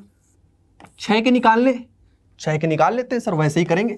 6 2 3 6, 3 एकम 3, तो सर आ गया 2 गुणे 3, दोनों की घात 1 है, कोई दिक्कत नहीं। 20 का तो 20, 2 से सर काटा 10, फिर 2 से काटा 5, फिर 5 से काट दिया, 5 एकम 5, कोई दिक्कत नहीं। तो यहां से हमारे पास कितना आ गया, ये आ गया 2 गुणे 2 गुणे 5, 2 दूना 4, 5 20, 2 गुणे 2 गुणे 5। तो इनको घात के रूप में लिख लेते हैं, क्या दिक्कत है? कैसे घात के रूप में सर? 2 गुणे 5, और 2 कितने बार आया सर? 2 बार, तो 2 की घात 2 गुणे 5। घात के रूप में लिखने में आसानी रहती है। तो 2 की घात 2 गुणे 5, 2 की घात 2 क्यों सर? यहाँ पे 2 जो है वो 2 बार रिपीट हुआ था, इसलिए 2 की घात हमने 2 लगा दी। ये रफ का वर्क है, ये हमें एग्जाम करते टाइम आप ऐसा ना करिएगा कि आप कॉपी पे लिखो, नहीं, इसको रफ पे कर लीजिएगा। रफ पेज आप बना लीजिएगा, एक पेज आप अपना लिख लीजिएगा, स्टार्टिंग में ही बीच में कोई रफ पेज बना लीजिएगा साइड में, और उस पर सारी कैलकुलेशन करते रहिएगा। हर पेज में नहीं रफ बनाइएगा, साइड में एक पेज पे बनाइएगा और उस पेज में ऊपर आप रफ डाल दीजिएगा। और जब आपका एग्जाम पूरा फिनिश हो जाए तो उस पेज को आप 20 से ऐसे काट दीजिएगा, ऊपर रफ लिखा रहने दीजिएगा। ठीक, ऊपर रफ लिख दीजिएगा और कैलकुलेशन वाला जितना पार्ट है वो रफ वाले पार्ट में करते हैं ना, क्योंकि बाकी कॉपी जो चेक करे आपका एग्जामिनर वो एकदम साफ साफ समझता रहे कि आपने क्या क्या स्टेप्स लिखे। जब भी आप फार्मूला लगा रहे हैं तो आपने साइड में अपना ब्लैक पेन या दूसरे पेन से किसी का यूज करके आपने क्या किया, लिख दिया एक ब्रैकेट लगा के कि हमने यहाँ पर ये फार्मूला यूज किया है। सिंपल, वो फार्मूला लिख दिया, आगे की स्टेप लिख दी, ताकि एग्जामिनर को एकदम क्लियर हो जाए जब वो आपकी कॉपी चेक कर रहा हो कि नहीं उसने कहीं से ऐसा नहीं कि नकल अकल करके कहीं से कुछ लिख दिया है, उसको ये फार्मूला आता था, इसलिए उसने प्रैक्टिस की है और उसी के अनुसार उसका आगे का क्वेश्चन सॉल्व किया है। तो वो सब चीजें हमें साथ साथ स्टेप वाइज लिखते रहने, उसी के मार्क्स मिलेंगे, उसी के हमें पूरे मार्क्स मिलने वाले हैं। और हम लोग तैयारी तो 100 की 100 में कर रहे हैं ना, हम लोग 2 4 10 20 50 नंबर के लिए थोड़ा लड़ रहे हैं, तो हम लोग तो 100 में 100 की तैयारी कर रहे हैं, तो प्रॉपर वैसे ही लिखेंगे, जैसे मैं बता रहा हूं वैसे ही लिखिएगा, फुल मार्क्स आने वाले हैं। ठीक है, चले फिर आगे। 6 और 20 के हमने क्या किया, अभाज्य गुणनखंड तो सर कर लिए, ये बात तो क्लियर है। अब बात आती है एचसीएफ और एलसीएम की। पहले एचसीएफ लिखते हैं, एचसीएफ की बात करते हैं। तो एचसीएफ क्या होगा सर? मैंने बताया था एचसीएफ जो सबके पास हो। सबके पास क्या है? 2 है, 3 तो नहीं है सबके पास। 6 के पास तो 3 है लेकिन 20 के पास 3 नहीं है। 5 20 के पास है लेकिन 3 के पास नहीं है। मतलब केवल यहां पर क्या है एचसीएफ में? सर हमें दिख रहा है केवल 2 है, क्योंकि 2 इसके पास भी है, इसके पास, जो सबके पास हो, मतलब जो सब में कॉमन हो, इसमें भी हो इसमें भी हो। तो इसमें केवल क्या कॉमन है? 2। और इसकी घात एचसीएफ में न्यूनतम घात के साथ, यहां पर 2 की घात 2 है, यहां पर 2 की घात 1 है, तो न्यूनतम घात क्या होगी? 2 की घात 1, मतलब एचसीएफ आ गया 2। ऐसे ही हम एलसीएम निकालते हैं। ठीक, लासापा निकालते हैं। तो लासापा क्या आ जाएगा? सर लासापा जो हमारे पास है वो हमारे पास हो जाएगा जो सारे अभाज्य गुणनखंड। सारे अभाज्य गुणनखंड का मतलब हमने 2 भी लिख लिया, 3 भी आया, 3 भी। ये नहीं जरूरी है कि इसके पास 3 नहीं है, ये सिर्फ एचसीएफ में देखना है। 2 भी लिख लो, 3 भी लिख लो, 5 भी लिख लो, लिख लिया जो जो यूज हुआ यहां पर, 2 3 5, तो तीनों लिख लिए। अब सबसे अधिकतम घात के साथ चलो, 2 की अधिकतम घात 2, ये 2 है, यहाँ 1 है। 3 की अधिकतम घात 1 ही है, 5 की भी 1 ही है, तो 5 की घात 1। तो हमारे पास यहां पर क्या आ गया? एचसीएफ जो आ गया वो आ गया 53 15 और 15 चौको 60, क्योंकि 2 दूना 4, 3 12 पंचे 60, तो 60 हमारे पास क्या आ गया? 60 हमारे पास सर यहां पर देखें तो एलसीएम आ गया और एचसीएफ जो आ गया वो 2 आ गया। कितना सिंपल क्वेश्चन है, 2 नंबर यहीं से पक्के हो जाएंगे। बस इतना ही मार्क्स का क्वेश्चन आएगा और बस आराम से पक्के हो जाएंगे। अगर उसने केवल एचसीएफ पूछा तो वो 1 नंबर में पूछेगा, दोनों चीजें पूछ देगा तो 2 मार्क्स में पूछेगा। 2 मिनट, ये मुश्किल से 20-30 सेकंड लगने हैं, क्वेश्चन का आंसर आपके सामने होगा और आपके मार्क्स पूरे पक्के हो जाएंगे। चले आगे। तो ये हो गया पहले टाइप का क्वेश्चन जो अंक गणित की आधारभूत प्रमेय पर बनता है। इस प्रमेय का जो यूज है वो वही हम सीख रहे हैं। इस प्रमेय के अकॉर्डिंग क्या क्या चीजें हम यूज करने वाले हैं वो हम यहां पर सीख रहे हैं। तो इस टाइप का एक पहला क्वेश्चन हो गया। अब चलते हैं दूसरे क्वेश्चन पर। दूसरे क्वेश्चन में सीखते हैं इस फार्मूले का उपयोग। ये भी एक क्वेश्चन किया था, इस फार्मूले का उपयोग का एक क्वेश्चन करते हैं। क्या कह रहा दूसरा क्वेश्चन? यदि a बराबर 8 है, ए मतलब समझ रहे हो, कोई धनात्मक पूर्णांक, जो ए और बी की उसने बात की थी, कोई जरूरी नहीं यहां पर ए लिखे, हो सकता है वो टी लिख दे, हो सकता है वो आर लिख दे, हो सकता है वो क्यू लिख दे, परेशान नहीं होना, जो भी लिख दे, बस बात हो रही धनात्मक पूर्णांक की। तो ए बराबर हो गया 8। HCF of A and B, मतलब 2 धनात्मक पूर्णांकों का एचसीएफ हमें 4 दिया है। क्या क्या दिया है वो हम लिखेंगे, पहले दिया है साइड में हम लिखेंगे, पहले दिया है। ठीक, हमने दिया है लिखा। हमें क्या दिया है सर? a बराबर तो 8 दिया है। हमें एचसीएफ ऑफ ए बी, मतलब a और b कोई 2 धनात्मक पूर्णांक है, इनका एचसीएफ हमें दिया है वो 4 दिया है, कोई दिक्कत नहीं। एलसीएम ऑफ a और b, मतलब हमें एलसीएम भी दिया है, लासा भी दिया है a और b का। a और b का हमें लासा कितना दिया है? ये सर हमें 12 दिया है, ये 4 दिया है, ये 12। इसके बाद हमसे कह रहा है कि अच्छा ऐसा करो, b का मान आप बताओ, b का मान आप ज्ञात करो। एचसीएफ का मतलब तो समझते हो ना, मासा की बात हो रही है। ठीक, ये लासा की बात हो रही है, शॉर्ट में ऐसे लिख देते हैं। ठीक, मासा और लासा ऐसे लिख देते हैं। ठीक, तो इसी की बात हो रही है। बस वही एक फार्मूला है, वही एक चीज अभी हमने पढ़ी है सर, और तो कुछ आपने बताया नहीं है, इसी का उपयोग हमें बताया है। तो हाँ ठीक है ना, इसी के उपयोग से सॉल्व करेंगे ना, यही उपयोग करना ही है और कुछ है ही नहीं। क्या उपयोग है सर इसका? कि सर एचसीएफ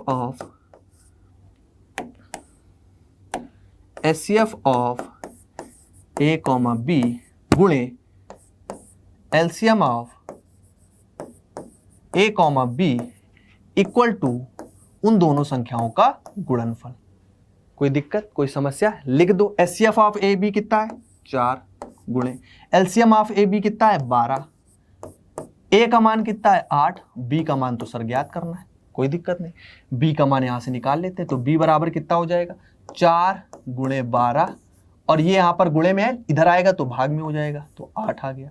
4 से इसको काट दिया, 4 दूना 8, 2 से 12 को काट दिया 6, तो बी का मान कितना आ गया? 6। तो यहां से हम लिख सकते हैं कि आंसर सर हमारे पास जो आया है उसमें बी का मान जो आया वो कितना आया है? 6। तो बी बराबर 6 इज द राइट आंसर। आप अगर देखना चाहो तो यहाँ पर देख सकते हो कि 8 और 6 आए ए और बी के मान। 8 और 6 का गुणा करो, 8 छंग कितना हो जाएगा? 8 का 8, 8 दूना 16, 8 त्रिक 24, 8 चौक 32, 8 पंच 40, 8 छंग 48, 48 हो जाएगा सर। और एचसीएफ और एलसीएम का गुणा करो, एचसीएफ सर 4 है और ये 12 है, तो 12 का 12, 24, 36, 48, तो ये भी 48 है, ये भी 48। आंसर की जांच भी हो जाएगी कि सर दोनों इक्वल हैं। तो यहाँ पर आंसर जो हमारा है वो बी बराबर 6 है, राइट आंसर 6 है। इसको क्लिक करके आगे बढ़ जाएंगे कि सर यही हमारे पास आंसर है और 2 मार्क्स हमारे फिर से एक बार पक्के हो जाएंगे। क्लियर है सभी को? इस क्वेश्चन में हमें ए पता था, हमें एचसीएफ पता था, हमें एलसीएम पता था। एक ही फार्मूला है सर, यही सूत्र है जो हमें याद है, कौन सा सूत्र याद है कि HCF of A and B और LCM of A and B equal to A गुणे B। मासा है A और B का और लासा जो है A B का, इन दोनों का गुणनफल उन दोनों संख्याओं के गुणनफल के बराबर होता है। 4 12 गुणे इक्वल टू 8 गुणे 6। B का मान निकालिए, 4 12 8 भाग में आ गया और सॉल्व कर लिया, आंसर कितना आ गया 6 निकल कर आ गया। तो यहां से हमारे पास कितना आंसर आ गया सर 6। ये हो गया हमारे पास दूसरा क्वेश्चन। चलते हैं अगले क्वेश्चन पे। तीसरा क्वेश्चन क्या कह रहा है? तीसरा क्वेश्चन कह रहा है कि अभाज्य गुणनखंड विधि द्वारा 96 और 404 का HCF ज्ञात कीजिए और फिर इसका LCM ज्ञात कीजिए। मतलब दोनों ही चीज निकालनी है। 96 और 404 इस बार दिया गया है, निकाल लेते हैं, क्या दिक्कत है? कोई समस्या है कि हमें निकालने में कोई दिक्कत है? कोई दिक्कत नहीं, निकालते हैं। 96 और 404 का हमें HCF और LCM निकालना है। पहले ले लेते हैं 96, 96, कोई दिक्कत नहीं, गुणा कर लो सर। 96 का गुणा करते हैं, फैक्टर निकालते हैं, अभाज्य गुणनखंड करते हैं, इधर करते हैं थोड़ा।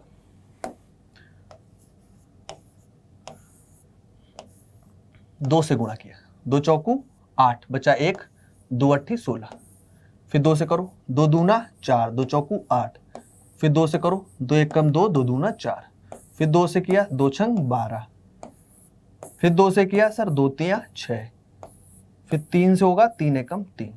ये हमारे पास आ गए 96 के। इसी प्रकार 404 के कर लेते हैं।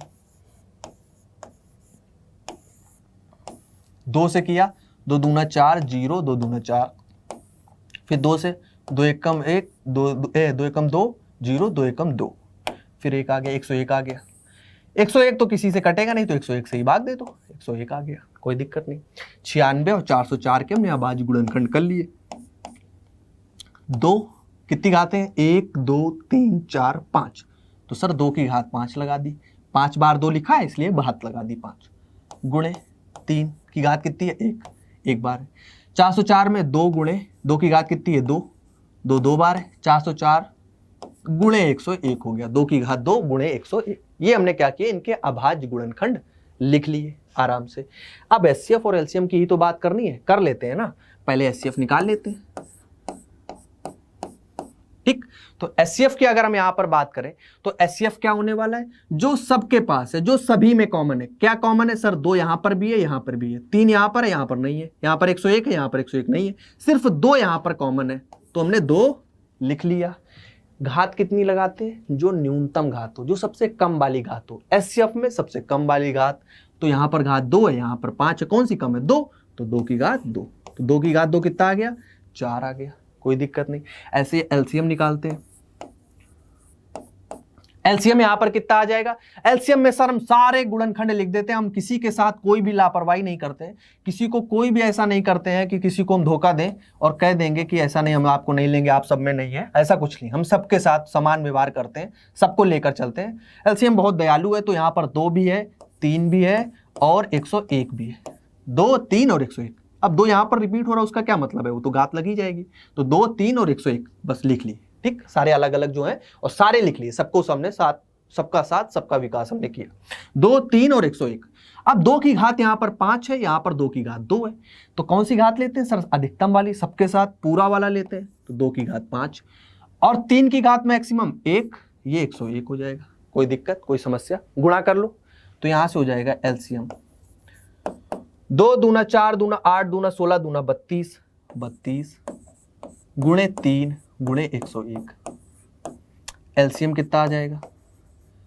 32 3 96, 3 दूना 6 और 3 3 9 और गुणे 101, तो यहां से LCM कितना आ जाएगा? 96 एकम 96, सर 96 एकम 96, फिर 0 है तो ये 9 आ जाएगा, फिर 96 एकम 96, तो 96 96 क्या आ जाएगा?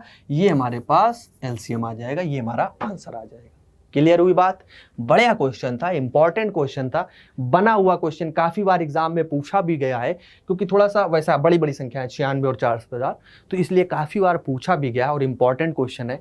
ये वाला काम हम रफ में करेंगे, ये पूरा हम फेयर में करके दिखाएंगे, क्या क्या हमने कैसे किया है, इसके गुणनखंड किए हैं, कैसे HCF आया, कैसे LCM आया। ठीक, बात क्लियर है सभी को? कोई डाउट तो नहीं? अब अभाज्य गुणनखंड विधि से अगर आपको LCM निकालना है या HCF निकालना है, निकाल लोगे ना। 2 ही चीज इस पे क्वेश्चन बनते हैं, 2 ही टाइप के, या तो LCM HCF पूछेगा, या वो हमने फार्मूला पढ़ा कि HCF of A and B and LCM of A and B is equal to A गुणे बी। मतलब किन्हीं भी दो संख्याओं का एचसीएफ और एलसीएम का जो गुणनफल होगा, जो धनात्मक पूर्णांक संख्या हमने लिए, उन दोनों संख्याओं के गुणनफल के बराबर होने वाला है। बस इतनी सी बात है।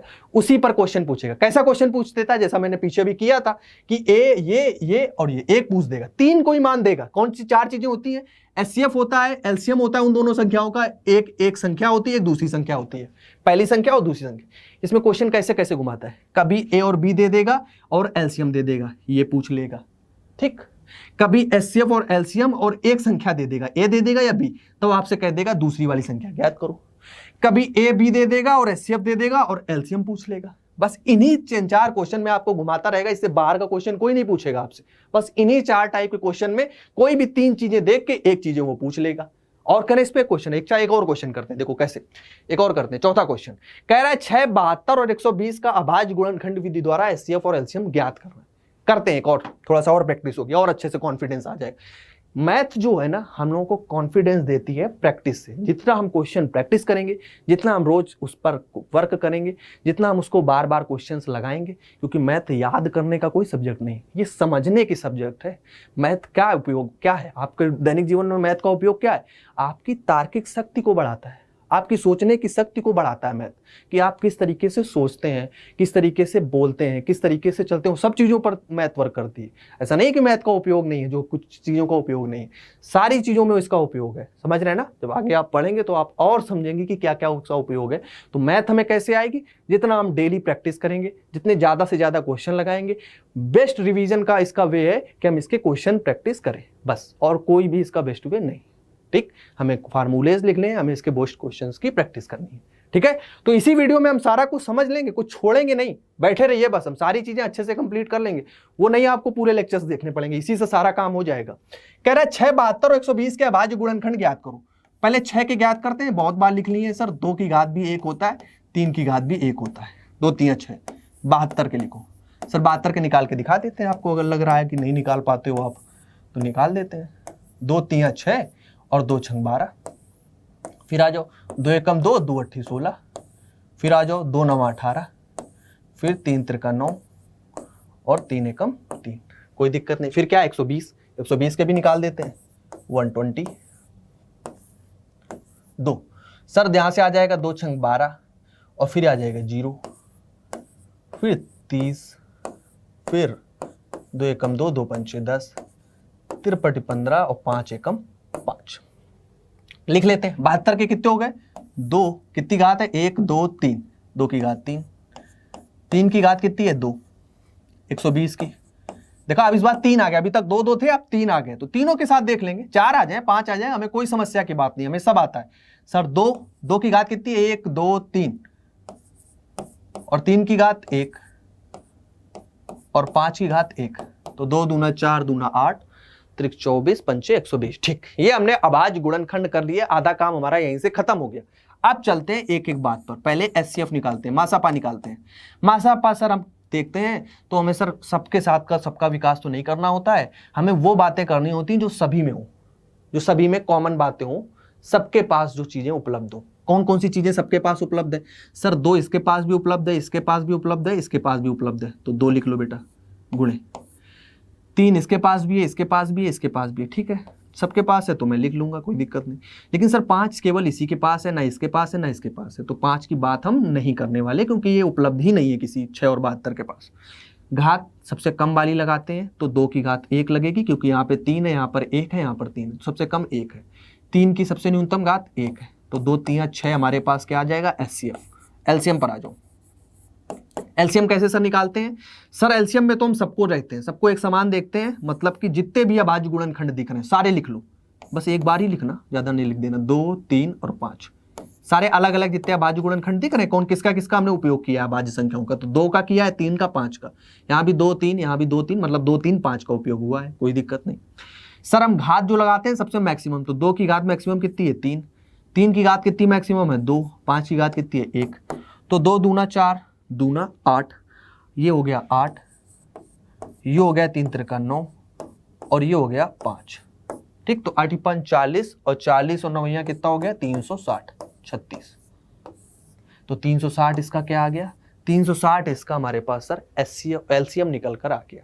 तो एचसीएफ सर हमारे पास 6 है और एलसीएम कितना है 360। ऐसे ही क्वेश्चन बनते हैं, इससे बाहर से कोई क्वेश्चन नहीं बनेगा। काफ़ी क्वेश्चन हमने एलसीएफ और एलसीएम पर कर लिए और इस फार्मूले पर भी हमने एक क्वेश्चन कर लिया। एक क्वेश्चन इस पे और कर लेते हैं, इस फार्मूले पर आधार पर, बस उसके बाद खत्म करेंगे इस आधारभूत प्रमेय वाला टॉपिक। फिर चलेंगे हम लोग अपरिमेय संख्याओं की तरफ। एक और कर लेते हैं ना, एक थोड़ा अच्छा क्वेश्चन और करते हैं। ये क्वेश्चन है थोड़ा कैलकुलेटिव है, कैलकुलेशन कर लेना तुम लोग, गुणा भाग कर लोगे, बाकी मैं समझा देता हूँ क्या। इसके बाद फिर हम लोग चलेंगे एक और अच्छा, ये बहुत महत्वपूर्ण क्वेश्चन है, इसकी बात करेंगे। ये क्वेश्चन एक ही उदाहरण नंबर 1 दिया गया है। पहला उदाहरण देखोगे बुक में तो ये दिया गया और काफी बार ये पूछा गया है और लोगों को क्वेश्चन समझ ही नहीं आता कि ये क्या कहना चाहता है। आज एक ही बार में इस क्वेश्चन को हम क्लियर कर लेंगे। पहले बात करते हैं क्या कह रहा है ये क्वेश्चन, इस क्वेश्चन को समझ ले फिर चलते हैं उस पर। कह रहा है एचसीएफ 306 और 657 का 9 है। दो संख्याएं हमें दी हैं, कौन कौन सी, 306 और 657। इनडायरेक्टली ए बी अलग से नहीं दिया, इस बार उसने अंदर ही लिख दिया है। अंदर लिख दिया मतलब यही ए है और यही बी है। इन दोनों का मासा हमें दिया है 9 और फिर लासा इसका हमें पूछ रहा है कि लासा इसका निकाल के बताओ। एचसीएफ और एलसीएम सर कह रहा है, मतलब एचसीएफ दिया और कह दे एलसीएम पूछ रहा है। सर संख्याएं तो दी नहीं, ये लिखी है यार संख्याएं, ये दोनों संख्याएं ए और बी तो लिखते हैं इसके अंदर, वो दोनों संख्याओं का ही एचसीएफ लिखा है। तो ठीक है, तो एक प्रकार से हमें सर ए बराबर क्या दिया है 306 पहली संख्या, बी बराबर जो दूसरी संख्या जो दी है वो क्या दी है 657। ये हमें क्या है सर क्वेश्चन में दिया है। ठीक, ये तो हमें क्वेश्चन में दिया है। और हमें क्या दिया है सर, इसमें एचसीएफ दिया है। किसका एचसीएफ दिया है सर 306 और 657 का हमें एचसीएफ दिया है। कितना एचसीएफ दिया है 9। सर हमसे एलसीएम पूछ रहा है कि आप एलसीएम निकालो। किसका एलसीएम, इन्हीं दोनों संख्याओं का आपको निकालना है। ये सर हमें ज्ञात करना है, ये तो सर हमें ज्ञात करना है। ये चीजें हमें यहां पर क्वेश्चन में दी हुई थी कि यहां पर अगर हम देखें कि सर ए और बी हमारे पास कोई दो संख्याएं दी हुई हैं कि दिख रही है हमारे पास कौन सी संख्या है सर 306 और 600 हमारे पास कितना है 57 हमारे पास ये संख्याएं दी हुई। ठीक, और कह रहा है कि इनका आप क्या करो लासा और यहाँ लासा आप ज्ञात करो, मासा तो हमने दे दिया है। चलो निकालते हैं, कोई दिक्कत की बात नहीं है। क्या है, चलते हैं आगे। वही फार्मूला, एक ही सूत्र है, सूत्र लगाते हैं।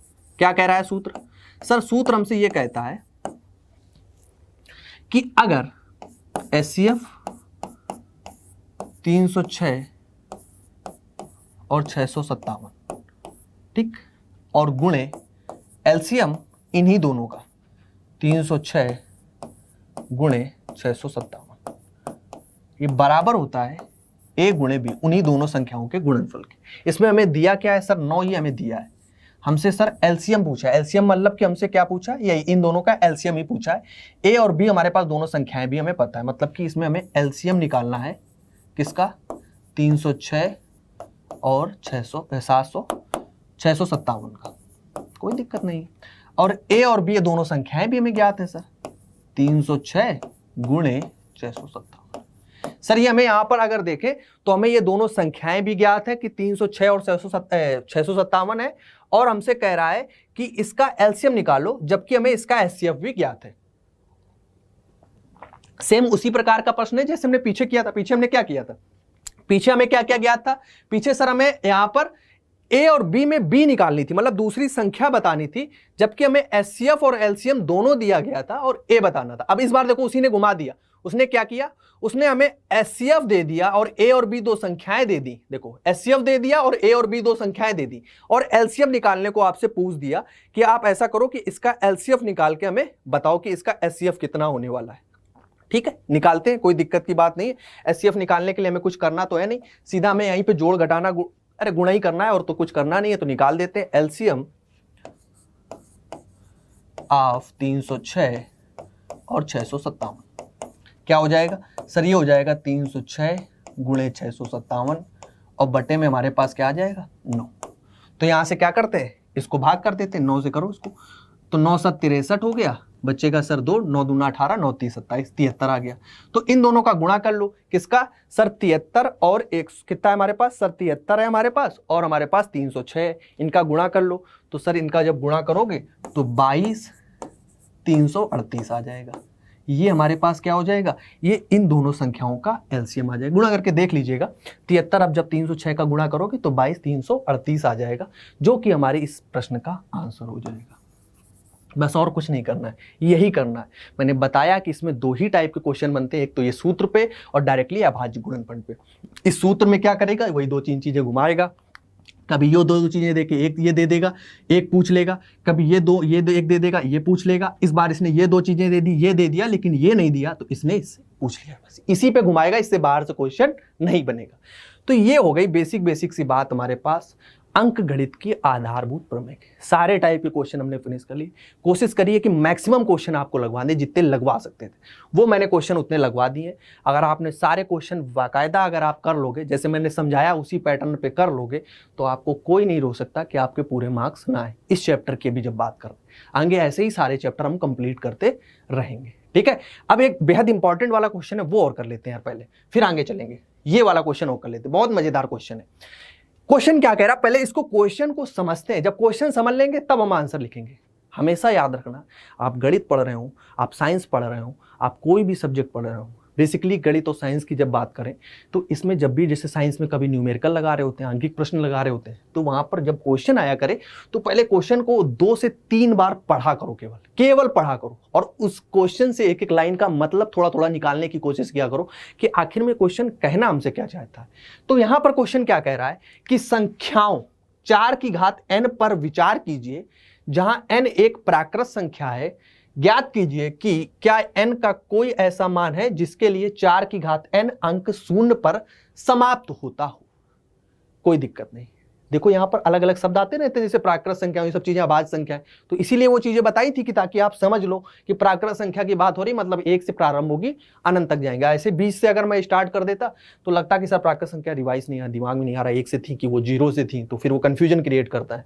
तो इसलिए वो चीजें छोटी छोटी बहुत मायने रखती हैं। अब इसने एक शब्द लिखा है, ध्यान से समझो, इसने क्या लिखा है, संख्याओं की बात की है, मतलब एक संख्या की बात नहीं कर रहा है। 4 की घात अनंत संख्याएं, क्यों अनंत संख्याएं, देखो दिख रहा है आपको, क्योंकि हमें संख्या किस रूप में दी है, 4 की घात n रूप में, और n हमारे पास क्या है, n एक प्राकृत संख्या है जो 1 से प्रारंभ होती है, 3 4 डैश ऐसे ही अनंत तक चली जाती है।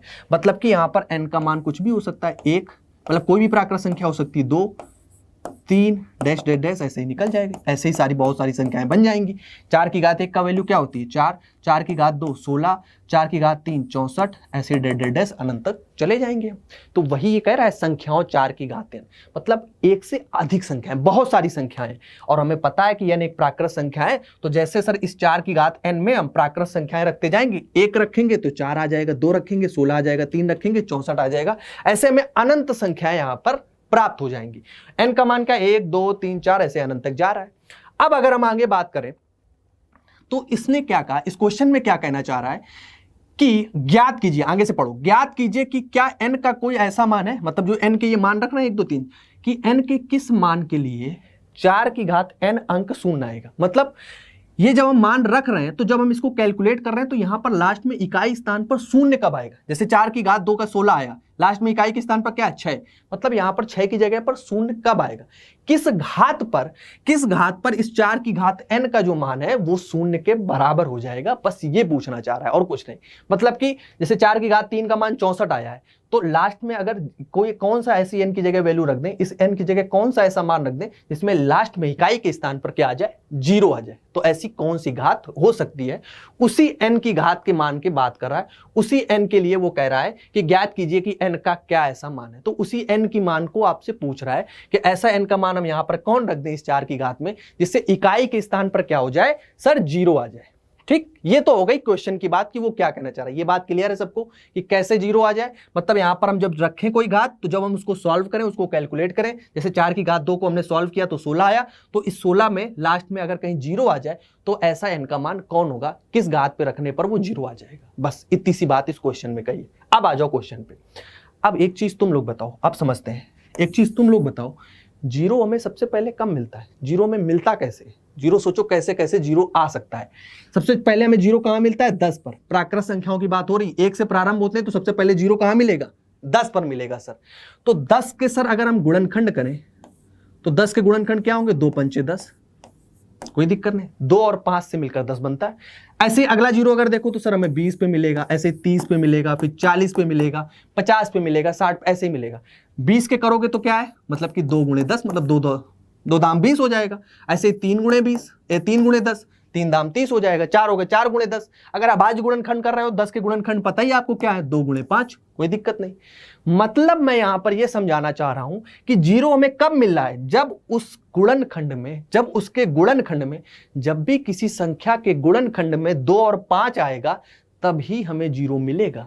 ये दिख रहा है कि सबसे पहले हमें जीरो 10 पे मिला, मतलब सब में जब भी हम यहां पे देख रहे हैं 20 में भी 10 है, 30 में भी 10 है, ऐसे अगर हम 40 लिखेंगे तो उसमें भी 10 है।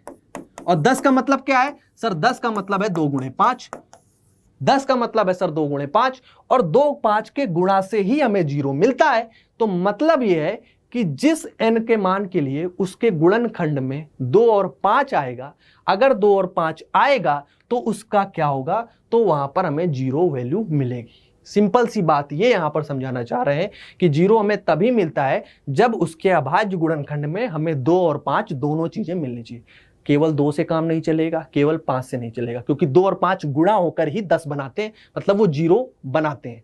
ये सिंपल 10 की बात हुई थी। ऐसे 20 है, 30 है, सब में 20 में भी देखो 10 आता है, 30 में भी 10 आता है, 40 में भी 10 मिलेगा, 50 में भी 10 मिलेगा, सब में कहीं ना कहीं 10 मिलेगा। और 10 हमें कैसे मिलता है, 2 और 5 के गुणा से। तो सिंपल सी बात यह है कि जब भी हम किसी संख्याओं का अभाज्य गुणनखंड करेंगे तो अगर उसमें 2 और 5 मिलेगा तभी जीरो बनेगा, अन्यथा सर जीरो नहीं बनेगा। तो ये बात हो गई हमारे पास रफ की। अब इसको लिखना कैसे एग्जाम में वो बात कर लेते हैं कि आपको एग्जाम में कैसे लिखना। अभी बात क्लियर हो गई कि कैसे जीरो बनना है, उसी को हम लिखते हैं। कैसे हल कब करेंगे, तब हम ऐसे लिखेंगे कि यदि किसी संख्या के अभाज्य गुणनखंडों में 2 और 5 अनिवार्य रूप से उपस्थित हो तो वह संख्या जीरो पर समाप्त होगी, अन्यथा नहीं होगी। सीधी सी बात ही हम यहां पर देख चुके हैं कि सर जब 2 और 5 होता है तभी वो जीरो पर समाप्त होती है। यहां पर क्या है कि 2 और 5 होना चाहिए, अगर 2 5 उपस्थित है, वो प्रेजेंट है, उपलब्ध है, तो वो तो जीरो पर समाप्त होगी। अगर 2 और 5 नहीं उपलब्ध है तो वो जीरो पर समाप्त नहीं होगी। अब बात कर लेते हैं अपनी संख्या की, क्या है 4 की घात n। अगर 4 की घात n की बात करो तो 4 को हम 2 गुणे 2 लिख सकते हैं, इसकी घात n मतलब 2 की घात n गुणे 2 की घात n। क्या यहां पर कहीं तुम्हें 2 और 5 दोनों चीजें दिख रही सॉरी, क्या यहां पर आपको 2 और 5 कहीं दोनों चीजें दिख रही? नहीं दिख रही ना, केवल 2 दिख रहा है ना। 2 और 5 होता तभी तो यहां पर हमारा 10 बनता, तभी तो वो जीरो बनता जाके लास्ट में। तो सिंपल सा हम कह सकते हैं कि सर 4 की घात n के अभाज्य गुणनखंड में, 4 की घात n के अभाज्य गुणनखंड में, अभाज्य गुणनखंड में 5 उपस्थित नहीं है। 2 तो उपस्थित है लेकिन 5 उपस्थित नहीं है। और 5 अगर उपस्थित नहीं है तो सर जीरो कैसे बन सकता है? नहीं बन सकता है, क्योंकि 2 और 5 से गुणा मिलकर ही 10 बनता है जो जीरो का रूप लेता है। अतः यहां पर हम कह सकते हैं, अतः n के किसी भी मान के लिए,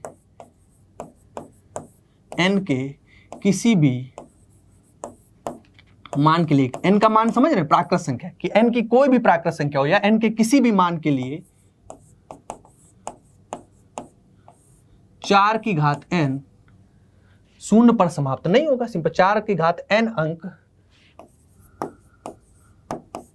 शून्य पर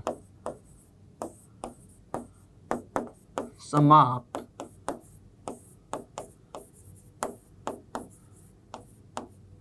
नहीं होगा। बस यही इस बात का आंसर होगा। ऐसे ही हमें एग्जाम में लिखना है और कुछ नहीं करना है। क्या करना है, हमें पता है कि यदि किसी संख्या के अभाज्य गुणनखंड में 2 और 5 अनिवार्य रूप से उपस्थित नहीं होता है तो वो सर जीरो पर अंक समाप्त नहीं होता है। मतलब सिंपल वह संख्या जीरो पर समाप्त होगी। अगर 2 और 5 होगा तो जीरो पर समाप्त होगी, अन्यथा वो जीरो पर नहीं होगी। और सर हमने 4 की घात n में देखा कि इसमें केवल 2 की घात 2 बन सकता है, मतलब 2 गुणे 2 बन सकता है, 5 कहीं नहीं बनेगा 4 के अगर गुणनखंड करते हैं। उसकी घात 2 की घात n, ये 2 की घात n हो जाएगा। अगर यहाँ पे 5 की घात n हमें मिल जाता तो हम कह देते कि ये जीरो पर समाप्त होगा। अब यहां पर हमें दिख रहा है कि यहां पे केवल 2 की घात n है, 5 कहीं हमें नहीं दिख रहा है, तो हम कह सकते हैं कि सर n के 4 की घात n के अभाज्य गुणनखंड में 5 उपस्थित नहीं है। अतः n के किसी भी मान के लिए 4 की घात n अंक शून्य पर समाप्त नहीं होगा। बस इसको ऐसे ही लिखाना है, पूरे मार्क्स मिलेंगे। क्वेश्चन सिर्फ 1 पेज का है लेकिन 4 नंबर में पूछा जाता क्वेश्चन है, बेहद इंपॉर्टेंट क्वेश्चन है, अक्सर पूछा गया और आपकी बुक में पहला एग्जाम्पल ये दिया है। पहला एग्जाम्पल कराया मैंने बाद में, क्योंकि सारी चीजें क्लियर हो जाए, गुणनखंड के बारे में चीजें क्लियर हो जाए, उसके बाद मैंने उसके कराया, अपने हिसाब से पैटर्न डिसाइड किया है कि कैसे क्वेश्चन कहाँ पर कौन सा कराना है, ताकि हम आपको रिदम में आ जाए, आपको समझ में आए सारी चीजें। ऐसा नहीं कि कुछ भी पहले हार्ड हो गया फिर सिंपल हो गया तो समझ में आए। ठीक है, क्लियर हो गई। ये रफ का काम है, ये नहीं करना है वहां पे, ये रफ का काम है, बस हमें इतना सॉल्व करके वहां पर आना है। ठीक है, तो ये अभी तक बात थी वो अंक गणित की आधारभूत प्रमेय पर आधारित जितने क्वेश्चन बन सकते थे डिफरेंट टाइप के, वो सारे हम लोगों ने कंप्लीट कर लिए। मतलब कि 3, 4, 5 नंबर तो हम लोगों ने यहां से पक्के ही कर लिए, कुछ रह ही नहीं गया है। ठीक, अब जो हम बात करेंगे वो हम बात करेंगे अपरिमेय संख्याओं के बारे में। इस पे एक प्रमेय है, इस प्रमेय से ही हम स्टार्ट करेंगे अपने आगे के लेक्चर को। ठीक है, तो ये प्रमेय क्या कहती है? प्रमेय यह कहती है कि मान लिया कि p एक अभाज्य संख्या है, यदि p a स्क्वायर को विभाजित करती है तो p a को भी विभाजित करेगी, जहां a एक धनात्मक पूर्णांक है। इस बात का मतलब क्या है, मतलब को समझ लेते हैं। यहां पर अगर इस बात का मतलब समझो, कह रहा है a एक धनात्मक पूर्णांक है। मान लिया हमने यहां पर a की वैल्यू क्या है, 6 है, एक धनात्मक पूर्णांक है, धनात्मक पूर्णांक है 6, धनात्मक पूर्णांक।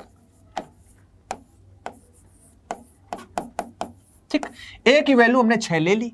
अब ये कह रहा है कि अगर a एक धनात्मक पूर्णांक है, जो वैल्यू हमने 6 ले ली, इसने कहा कि p एक अभाज्य संख्या है, हम p एक अभाज्य संख्या ले रहे हैं। मान लो हमने p की वैल्यू 3 ले ली, 3 हमारे पास ये क्या है, एक अभाज्य संख्या है। ये फॉर एग्जांपल एक वैल्यू हम ले रहे हैं ताकि इस प्रमेय को समझ सकें कि क्या कहनी चाह रही है प्रमेय। ये अभाज्य संख्या है। ठीक, p हमारे पास एक अभाज्य संख्या है, a हमारे पास एक धनात्मक पूर्णांक है। अब इसने कहा अगर यदि क्या है कि p a स्क्वायर को विभाजित करती है, यदि p जो है हमारे पास क्या है, अभाज्य संख्या, ये अगर a स्क्वायर को विभाजित करती है, a स्क्वायर मतलब कि 6 का स्क्वायर, अगर 6 के स्क्वायर को ये p जो है हमारे पास विभाजित करती है, तो 6 का स्क्वायर क्या होता है, 36/3, ये आ जाएगा 12×3 = 36। हाँ सर, विभाजित कर रही है, कोई दिक्कत नहीं। अगर a स्क्वायर को ये p विभाजित करती है तो p भी a को विभाजित करेगी। तो p क्या था सर, तो p a को भी विभाजित करेगी। मतलब क्या है कि अगर इसके वर्ग को विभाजित करती है तो वर्ग के हटाने के बाद भी ये विभाजित करेगी। ये हमें दिख रहा है यहां पर, यही तो ये प्रमेय कह रही है। प्रमेय क्या कह रही है कि p एक अभाज्य संख्या ले लो, a एक धनात्मक पूर्णांक ले लो, कोई भी धनात्मक पूर्णांक ले सकते हैं, ऐसा नहीं है। ये हमने एक एग्जाम्पल के लिए लिया 6 और 3। आप ऐसे हजारों कॉम्बिनेशन बना सकते हैं जिसके लिए a हमारे पास एक धनात्मक पूर्णांक होगा और p एक अभाज्य संख्या होगी, और इन दोनों के लिए हम ये कंडीशन बता सकते हैं। फॉर एग्जांपल दूसरा ले सकते हैं, देखो जैसे मान लो हमने a बराबर क्या लिया, 8 ले लिया, एक धनात्मक पूर्णांक है। p अभाज्य संख्या मान लो हमने 2 ले ली। ठीक, कोई दिक्कत? अगर क्या होगा, अगर ये a का जो वर्ग है, मतलब a का वर्ग मतलब 8 का वर्ग p से विभाजित होता है, मतलब इस 2 से विभाजित होता है। 8 का वर्ग क्या है, 64/2, तो 2×3 = 6 और 2×2 = 4। हाँ सर, विभाजित हो रहा है, तो ये वर्ग के बिना भी विभाजित होगा, मतलब 8 भी जो है वो भी 2 से विभाजित होगा। और तो यहां से अगर देखें तो 8 भी 2 से विभाजित हो रहा है सर, वो 4 आ रहा है। तो ये कंडीशन सारे धनात्मक पूर्णांक और सारी जो अभाज्य संख्या है उनके लिए ये एप्लीकेबल है। इसका उपयोग हम आगे क्वेश्चन में करेंगे। तो अपरिमेय संख्याओं में हमें सिर्फ एक ही प्रमेय पढ़नी है, इस प्रमेय का ही उपयोग हमें करना है आगे। ये प्रमेय डायरेक्टली कहीं नहीं पूछी जाती, इसको प्रूव नहीं करना है, सिर्फ हमें ये एक जानकारी के लिए बताई गई कि यहाँ पर अगर किसी कोई एक a धनात्मक पूर्णांक है और p एक अभाज्य संख्या है और वह धनात्मक संख्या का वर्ग अगर है, इस धनात्मक संख्या का वर्ग अगर इस अभाज्य संख्या से विभाजित हो जाता है पूर्णा, तो वर्ग के बिना भी, मतलब इस स्क्वायर को हटा कर भी हम इससे p से क्या कर सकते हैं, विभाजित कर सकते हैं, जो दोनों एग्जांपल में हम देख सकते हैं। ये दूसरा एग्जांपल हो गया, ये हमारे पास पहला एग्जांपल हो गया। ठीक है, इसका उपयोग कैसा करना है उसकी अब हम यहां पर चर्चा कर लेते हैं। अब मोस्ट इंपॉर्टेंट टॉपिक शुरू होने जा रहा है और अंतिम टॉपिक है, बस लास्ट का कुछ टॉपिक बचा है, एक ही टॉपिक बचा है जो हमारी लास्ट की एक्सरसाइज है 1.2, उसी के हमें क्वेश्चन सब लगाने हैं। उन्हीं के 2 टाइप के उसमें क्वेश्चन है, उससे बाहर कोई क्वेश्चन नहीं बनता है। कौन से 2 टाइप के क्वेश्चन है? एक तो ये क्वेश्चन है कि सिद्ध कीजिए कि √5 एक अपरिमेय संख्या है। यहाँ पर कौन कौन से क्वेश्चन हो सकते हैं? यहाँ पर एक क्वेश्चन जैसे ये √5 अपरिमेय संख्या, ऐसे यहाँ पर लिख सकता है √2, √7, √3, √11, ऐसे कुछ भी लिख सकता है, √17, ऐसे कोई भी आपको एक अपरिमेय संख्या दे देगा और कह देगा कि इसको सिद्ध कीजिए कि ये एक अपरिमेय संख्या है। चाहे √5 हो, √2 हो, √7 हो, 3 है, 11 है, 17 है, इस टाइप का क्वेश्चन कुछ भी बन सकता है। कोई भी अपरिमेय संख्या देके आपसे पूछ देगा कि इसको सिद्ध करिए कि यह अपरिमेय संख्या है।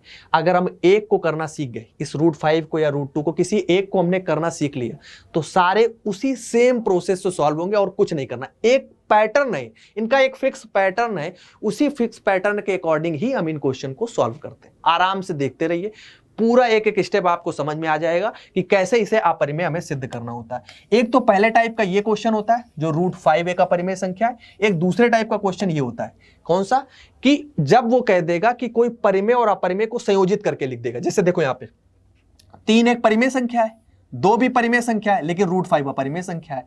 तो परिमेय संख्याओं का कुछ योग दिया और इसके साथ अपरिमेय का गुणा कर दिया। मतलब परिमेय और अपरिमेय का कुछ जोड़ घटाना गुणा भाग करके कुछ लिख देगा और फिर कह देगा इसे अपरिमेय लिखो। मतलब वहां पे कहीं ना कहीं कुछ अपरिमेय संख्या जरूर लिखी होगी। जैसे यहाँ पर √5 लिखी है, ऐसे कुछ भी और बन सकता है। जैसे लिख देगा 3 - √2, कह देगा इसको सिद्ध करो कि ये एक अपरिमेय संख्या है। ऐसे ही बन सकता है, मान लो कुछ भी बना लो और बन जाएगा। 7 - 5 √3, ये एक अपरिमेय संख्या है। ऐसे कुछ भी, यहाँ प्लस है या माइनस लगा देगा और इसी संयुक्त रूप में क्वेश्चन दे देगा और कह देगा कि आप इसको अपरिमेय सिद्ध करो। 2 ही टाइप के ये क्वेश्चन बनते हैं कि या तो परिमेय और अपरिमेय का कुछ गुणा भाग करके लिख देगा, उसको अपरिमेय पूछेगा, या फिर आपसे कहेगा डायरेक्टली एक अपरिमेय संख्या देके इसको पूछेगा।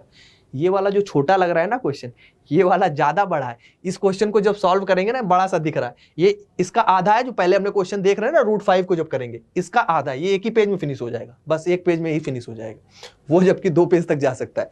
चलो समझते हैं, पहले वाले क्वेश्चन को करता हूं, ध्यान से समझिएगा क्योंकि मोस्ट इंपॉर्टेंट है। कंफर्म है, क्वेश्चन लिख लो अभी से कि ये क्वेश्चन आएगा ही। ये क्वेश्चन या तो इस टाइप का होगा या सेकंड टाइप का जो करेंगे। एक क्वेश्चन पक्का वहां लिखा होगा कि इसको सिद्ध करके बताओ, आपके अभी से याद कर लो।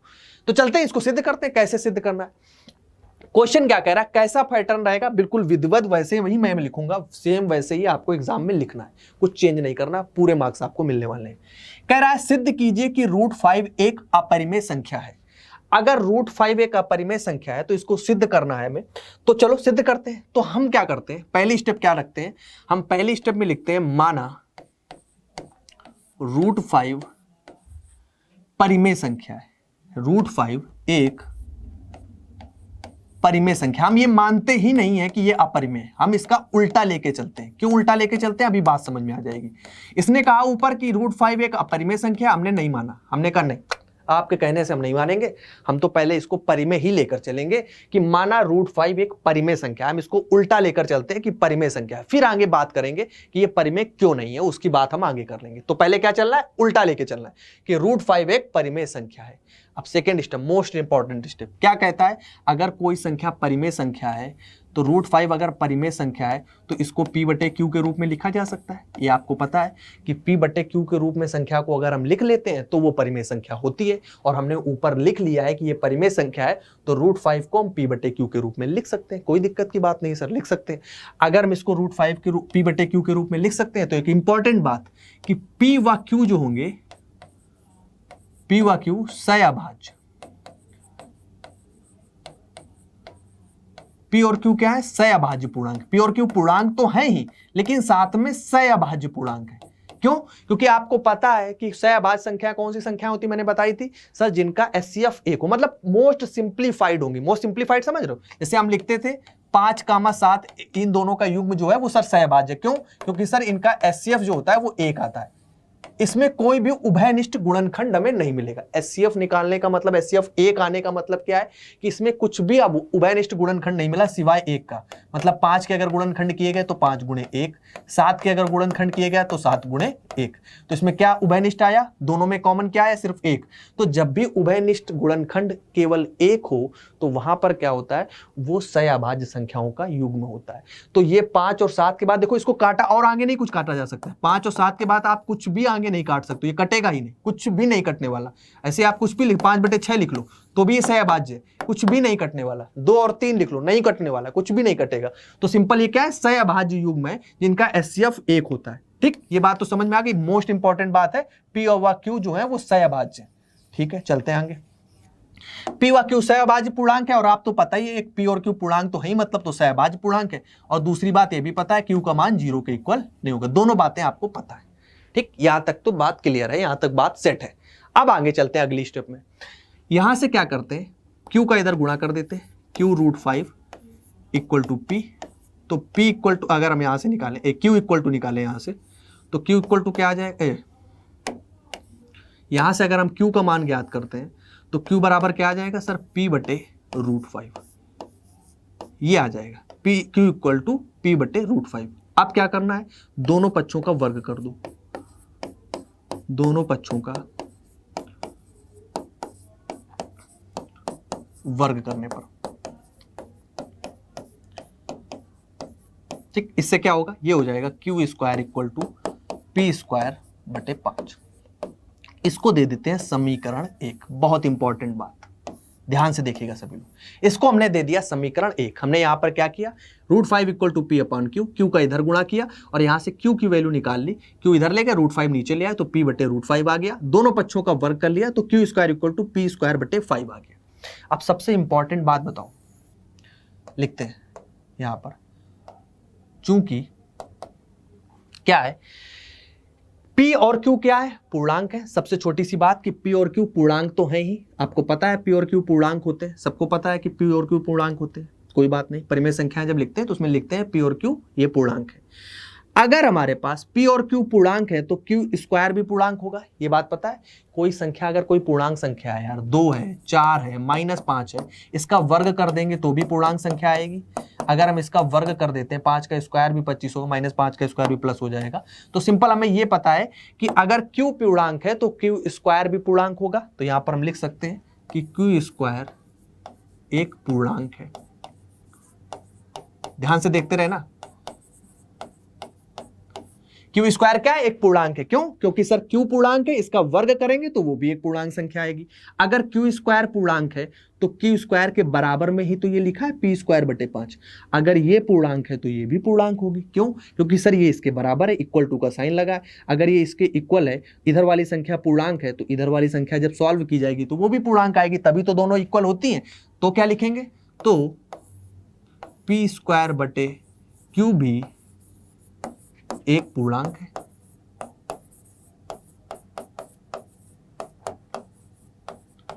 सिंपल सी बात, P²/Q भी एक पूर्णांक है। हमें पता था सर सबसे पहली बात कि Q एक पूर्णांक है, सबसे ऊपर ये भी लिख देते हैं Q एक पूर्णांक है, ठीक। Q एक पूर्णांक है तो Q² भी एक पूर्णांक होगा, ठीक। Q² एक पूर्णांक है तो P²/B भी एक पूर्णांक होगा, सबको पता है, क्योंकि इसके इक्वल लिखा है तो P² 5/B एक पूर्णांक हो जाएगा। Q² 5 है ना, 5 कर लो इसको, P² 5।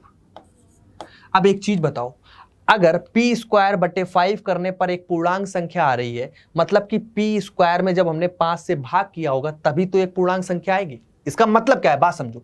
अगर ये लिखा है 8/4, ये अगर एक पूर्णांक है, सिंपल ये लिखा है, तो हाँ ये पूर्णांक तब होगा जब हम 8 में 4 का भाग कर रहे होंगे, तो 4 दूना 8, ये हमें यहां पर क्या मिल रहा होगा, 2। 2 क्या है, एक पूर्णांक संख्या है, मतलब पूरा भाग जा रहा होगा। जब P² में 5 से भाग कर रहे होंगे, जब पूरा भाग जाएगा, पूरी एक भाग चला जाएगा, कोई ऐसी संख्या आएगी जो इंटीजर होगी, जो पूर्णांक होगी, तभी तो पूरा भाग जाएगा, तभी तो उसको हम पूर्णांक बोलेंगे जब पूरा भाग जाएगा।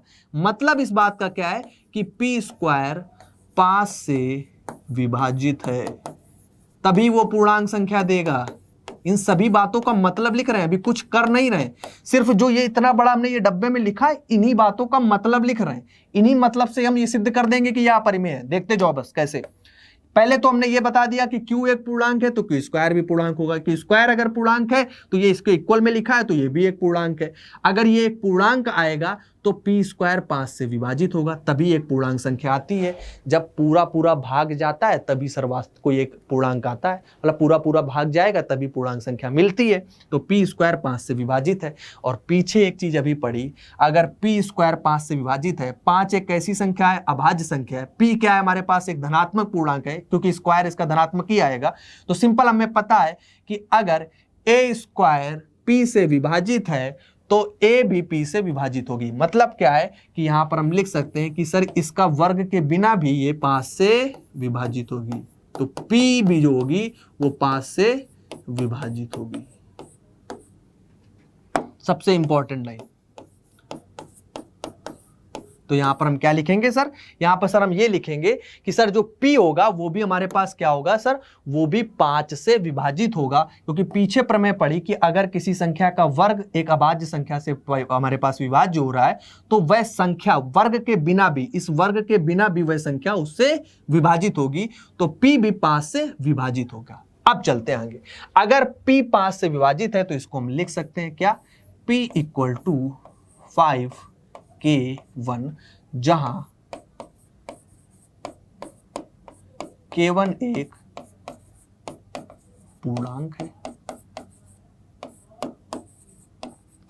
यहां पे हम लिख सकते हैं कि अगर P 5 से विभाजित है तो P इक्वल टू 5K1, क्योंकि इसका मल्टीपल होगा तभी तो विभाजित होगा, तो P इक्वल टू 5K1 इसका एक गुणज होगा, तो P इक्वल टू 5K1 हमने लिख दिया, जहां K1 एक हमारे पास क्या है, पूर्णांक है। अब इसी को लेकर चलते हैं P इक्वल टू 5K1 को। तो P इक्वल टू 5K1 जो है इसको समीकरण हम क्या दे देते हैं, समीकरण 2 दे देते हैं।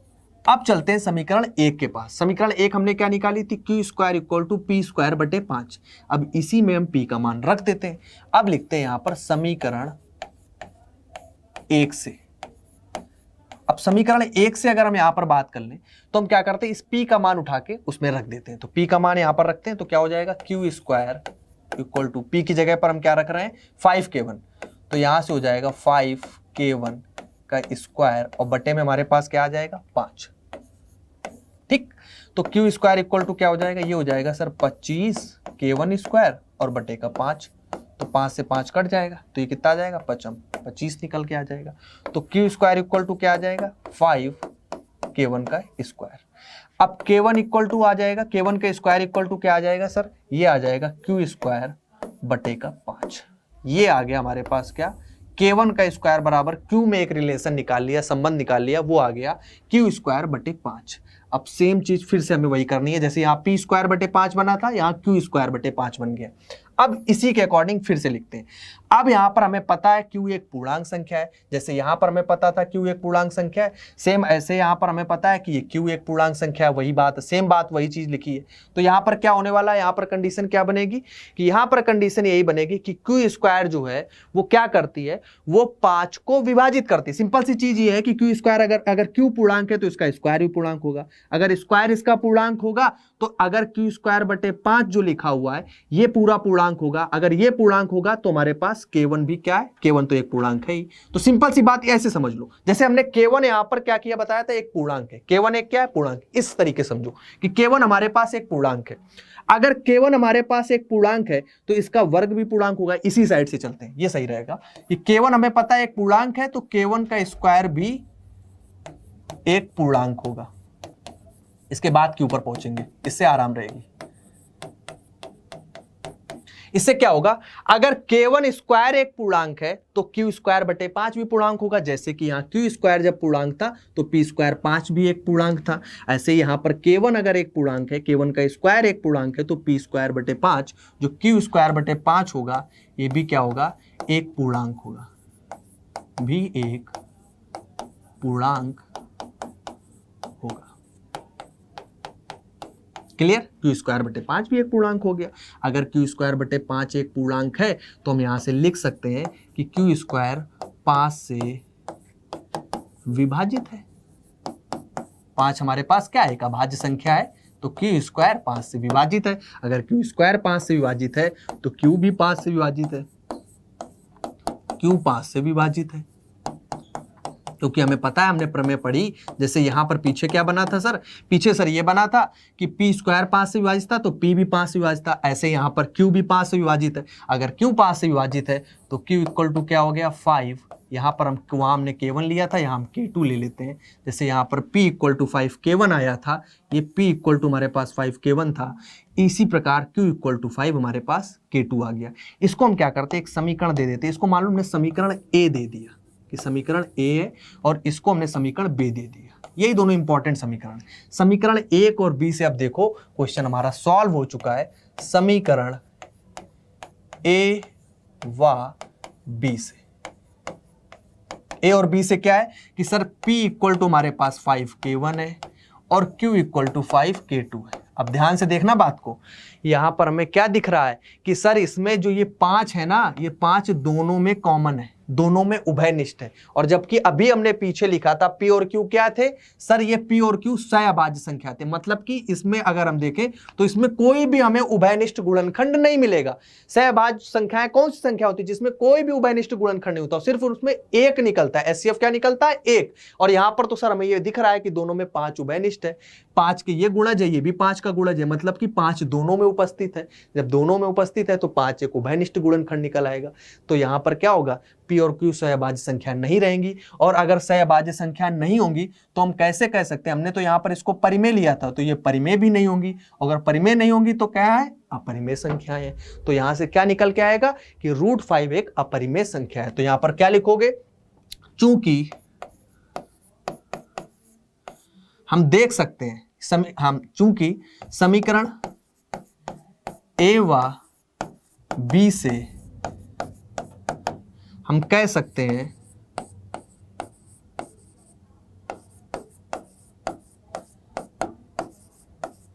कि 5 एक उभयनिष्ठ गुणनखंड है, उभयनिष्ठ या कॉमन बोल सकते हो गुणनखंड है,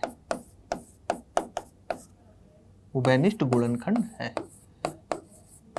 अतः यह पूर्व कथन का विरोध करता है या विरोधाभास है। पूर्व कथन का विरोधाभास मतलब कि जो हमने बोला था √5 एक परिमेय संख्या है, इसका ये विरोधाभास है, मतलब ऐसा हो ही नहीं सकता। ये परिमेय कैसे हो सकती है जबकि इसमें मतलब अपरिमेय कैसे हो परिमेय कैसे हो सकती है जबकि हम इसमें देख रहे हैं कि यहाँ पर 5 और 5 इसका क्या है, एक उभयनिष्ठ गुणनखंड है। मतलब ये सहअभाज्य संख्याएं जो हमने बोली थी कि पी और क्यू हमारे पास सहअभाज्य संख्याएं हैं, तो वहां पर सहअभाज्य अगर ये है ही नहीं, क्योंकि सहअभाज्य इस वजह से नहीं है क्योंकि हमें यहाँ पर उभयनिष्ठ गुणनखंड दिख रहा है। अगर ये सहअभाज्य नहीं है तो सिंपल ये परिमेय भी नहीं है। तो यहां से क्या लिखेंगे, अतः √5 यही सीधे लिख दो, अतः √5 एक अपरिमेय संख्या है। समझ गए बात, बस इतना सा ही हमें करना है। क्वेश्चन थोड़ा सा लेंदी है लेकिन क्वेश्चन ऐसा नहीं है कि कुछ टफ है, सिंपल क्वेश्चन है। ऐसे ही क्वेश्चन √5 का है, ऐसे ही √7 √2 कुछ भी यहां लिखा हो, कुछ नहीं चेंज करना है। आप जैसे यहां √7 लिख लेना, बस सारी चीजें सेम रखना। √7 एक परिमेय संख्या है, फिर √7 p/q के रूप में लिख लेना, फिर यहां पर √7 होगा, यहां पर √7 होगा, यहां पर q² = p²/7 बन जाएगा। यहां पर 7 चलता रहेगा, ये 7 से विभाजित होगा तो ये 7 के विभाजित होगा तो 7 k1 हो जाएगा, 7 k1 हो जाएगा तो q² = 7 k1 का स्क्वायर / 7 हो जाएगा, और 7 का स्क्वायर 49 हो जाएगा। नीचे 7 होगा तो 7 से काटेंगे, फिर से 7 k1 का स्क्वायर बन जाएगा। जहां जहां 5 है वहां 7 हो जाएगा, जहां √5 है वहां √7 हो जाएगा। √2 के लिए जहां √5 है वहां √2 हो जाएगा, जहां 5 की जगह √5 का 25 है वहां √2 का 2 हो जाएगा, या 2 का स्क्वायर होगा तो 4 हो जाएगा। सिंपल। तो वही उसी के अकॉर्डिंग हम पूरा क्वेश्चन ऐसे ही डिट्टो ही सॉल्व करेंगे और कुछ नहीं करेंगे। बस यही हमें यहां यूज करना था। हमें इसका विरोधाभास लेके चलना है, इसका उल्टा लेके चलना है, और बाद में उस चीज को हमें गलत सा कह देना है। जो हम लेके चले थे वो चीज वहां पे फॉलो नहीं होगी तो फिर क्या होगी, जो क्वेश्चन में दी गई है, मतलब कि उसका उल्टा। तो उल्टा क्या हो जाएगा, वो हमारे पास अपरिमेय संख्या बन जाएगी। इसी प्रकार का एक क्वेश्चन पक्का आएगा। अब ये वाला थोड़ा लेंदी है, अब इसी का बिल्कुल आधा है जो हमारे पास ये क्वेश्चन है। अब इसको कैसे करना, सेम वैसे ही करेंगे, वैसे ही स्टार्ट करेंगे। कैसे कि माना 3 + 2√5 एक परिमेय संख्या, बस सेम वैसे ही करना है। एक परिमेय संख्या है, ठीक। अगर परिमेय संख्या ये है तो सिर्फ फिर से वही बात, 3 + 2√5 = p/q। यहां पर हम लिखेंगे p व q सहअभाज्य संख्या है, वही दोनों चीजें लिखेंगे वैसे ही बिल्कुल, सहअभाज्य संख्या है।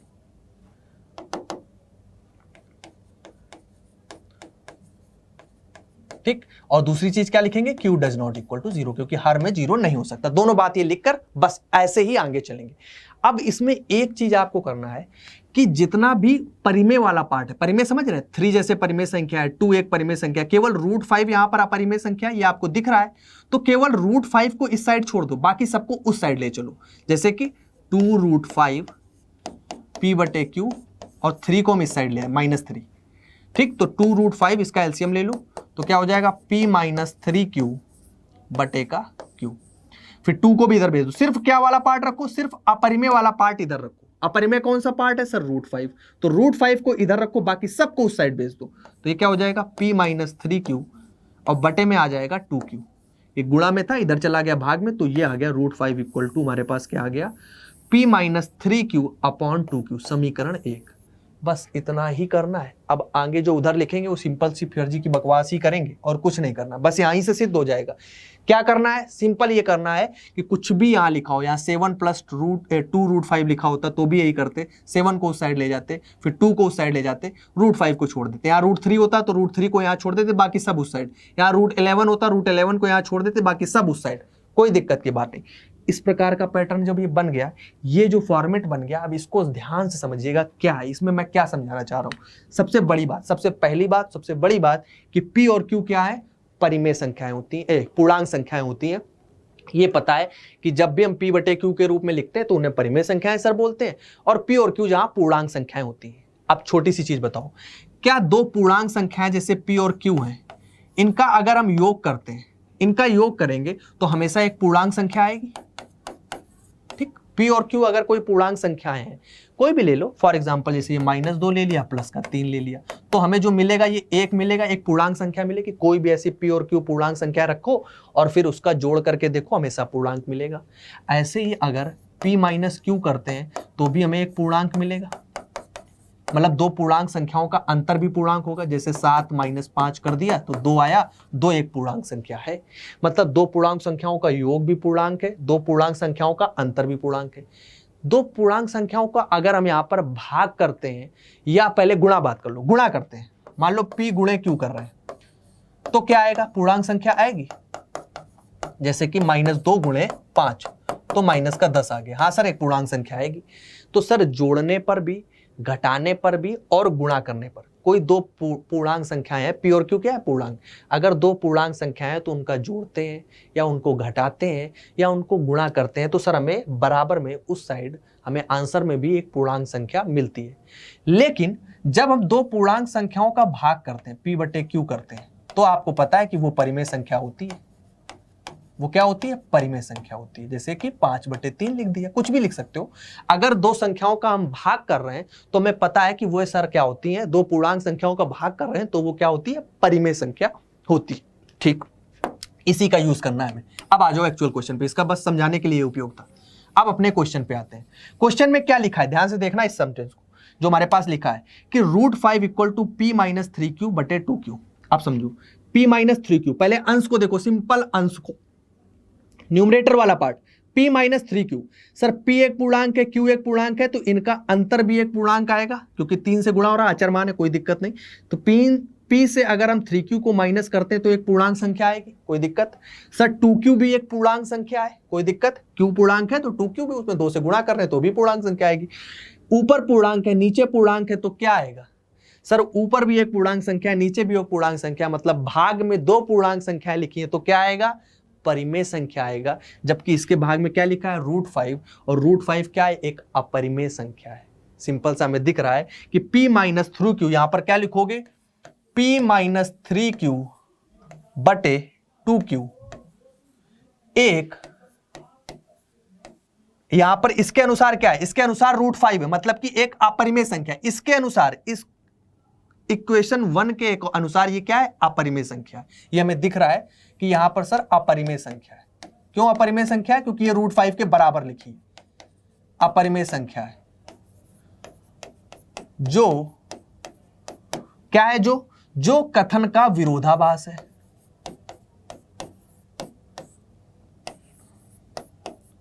जो कथन का विरोधाभास है, विरोधाभास समझ रहे हो, उसका कंट्राडिक्शन है, मतलब कि उसका उल्टा है, विरोधाभास है।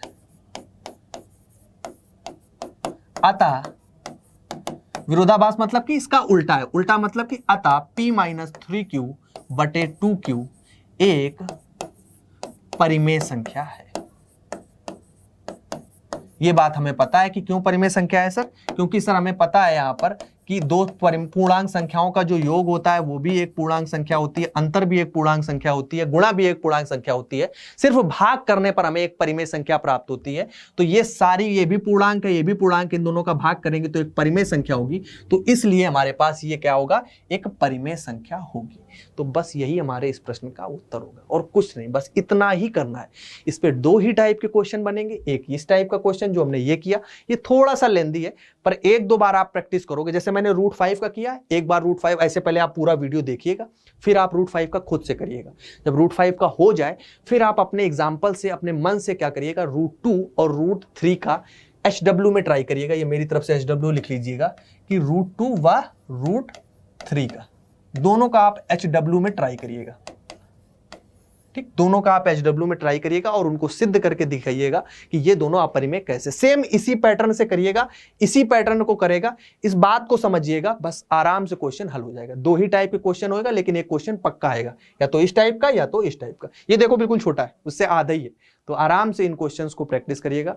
बस इतना ही हमें दिया गया है पहले चैप्टर में, जो हमारे पास वास्तविक संख्याएं चैप्टर है, जिसमें हमने पहले के जो 20-25 मिनट पढ़ाया था ना, वो तो आपके टॉपिक का भी नहीं था, मतलब 10th में तो नहीं है सिलेबस में, वो बस 9th से रिलेटेड है और 9th का टॉपिक था और 10th से रिलेटेड है। तो उससे हमने रिवीजन करा दिया था शॉर्ट में कि बार बार इस संख्याओं का यूज होगा, कभी अपरिमेय शब्द आएगा, कभी भाज्य आएगा, कभी अभाज्य आएगा। तो उन सब चीजों का मतलब तुम्हें पता होना चाहिए। तो उन सब चीजों का जब मतलब पता होगा तो आप अच्छे से क्वेश्चंस कर पाओगे, अटेंड कर पाओगे, इसलिए ये हो गया। ठीक है, तो कैसी लगी क्लास सभी लोग जरूर बताइएगा। आज की क्लास तो हम यही फिनिश करेंगे। सभी लोग अब याद रखिएगा, एक चीज मुझे जरूर कमेंट करके बता दीजिएगा कि अगला वन शॉट आप लोगों को किस सब्जेक्ट का नहीं, किस चैप्टर का चाहिए। सब्जेक्ट तो मैथ की बात करेंगे हम, मैथ में किस चैप्टर का आपको चाहिए, वो चैप्टर का नाम हमें लिख दीजिएगा, तो मैं अपना जो वन शॉट जो होगा वो मैं उसका वन शॉट आपको दे दूंगा। ठीक है, सभी लोग लाइक कर लीजिएगा, कमेंट करिएगा, जो भी कैसी लगी क्लास आप जरूर हमें बताइएगा, फीडबैक अपना दीजिएगा और चैनल को सब्सक्राइब कर लीजिएगा। फिर मिलते हैं अगले वन शॉट के साथ, तब तक के लिए टाटा बाय बाय।